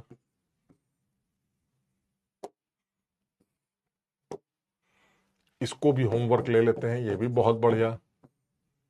तो आज इतना ही करते हैं, और इन सवालों को करके कल हम थर्मोडायनेमिक्स स्टार्ट कर देंगे। तो मुझे लगता है थर्मोडायनेमिक्स की शुरुआत में तो बहुत आसान आसान सी बातें हैं जो फटाफट फटाफट ओरली, हालांकि मैं लिख के ही ले आऊंगा, मैं वो सारा वो डेफिनेशंस वगैरह लिख के दे दूंगा ताकि तुम्हें नोट ना करना पड़े, अपना बस PDF खोला और उसके बाद रट डाला। समझ लो, अब सिस्टम क्या होता है, सराउंडिंग क्या होता है, और अब आइसोथर्मल प्रोसेस क्या है, आइसोबारिक, फिर उसके बाद जब डिटेल में डिस्कशन शुरू करेंगे आइसोथर्मल प्रोसेस में वर्क डन कैसे कैलकुलेट करेंगे, आइसोबारिक प्रोसेस कैसे करेंगे। हालांकि ये चीजें फिजिक्स में भी कराई जाएंगी, बट फिर भी हम अपने लेवल पर थोड़ा सा कर लेंगे। जो सवालों की प्रैक्टिस होगी वो फिजिक्स में करा दी जाएगी। यानी आप यही चीज प्रयास 1 वाले के साथ भी होगी, प्रयास 2 वालों के साथ भी होगी। जो सवालों की प्रैक्टिस होगी वो उनको अलग से डिटेल में करा दी जाएगी, हम अपने लेवल पर थोड़ा थोड़ा अपने हिसाब से कर लेंगे। बाकी खूब सारे सवाल तुम्हें फिजिक्स में करा दिए जाएंगे। फिर हम मेजर पोर्शन पे आ जाएंगे, एंड दैट इज एंट्रोपी वाला सेकंड लॉ ऑफ थर्मोडायनामिक्स, जिसको डिटेल में हमें समझना पड़ेगा, क्योंकि वहां पर भी वर्क डन का इस्तेमाल होगा। तो मैं अपने लेवल पर सारा जितना हमें करना चाहिए वो हम यहां कर लें। तो कल हम इस चीज को स्टार्ट करते हैं, अगली क्लास में फिर मुलाकात करते हैं। Thank you so much.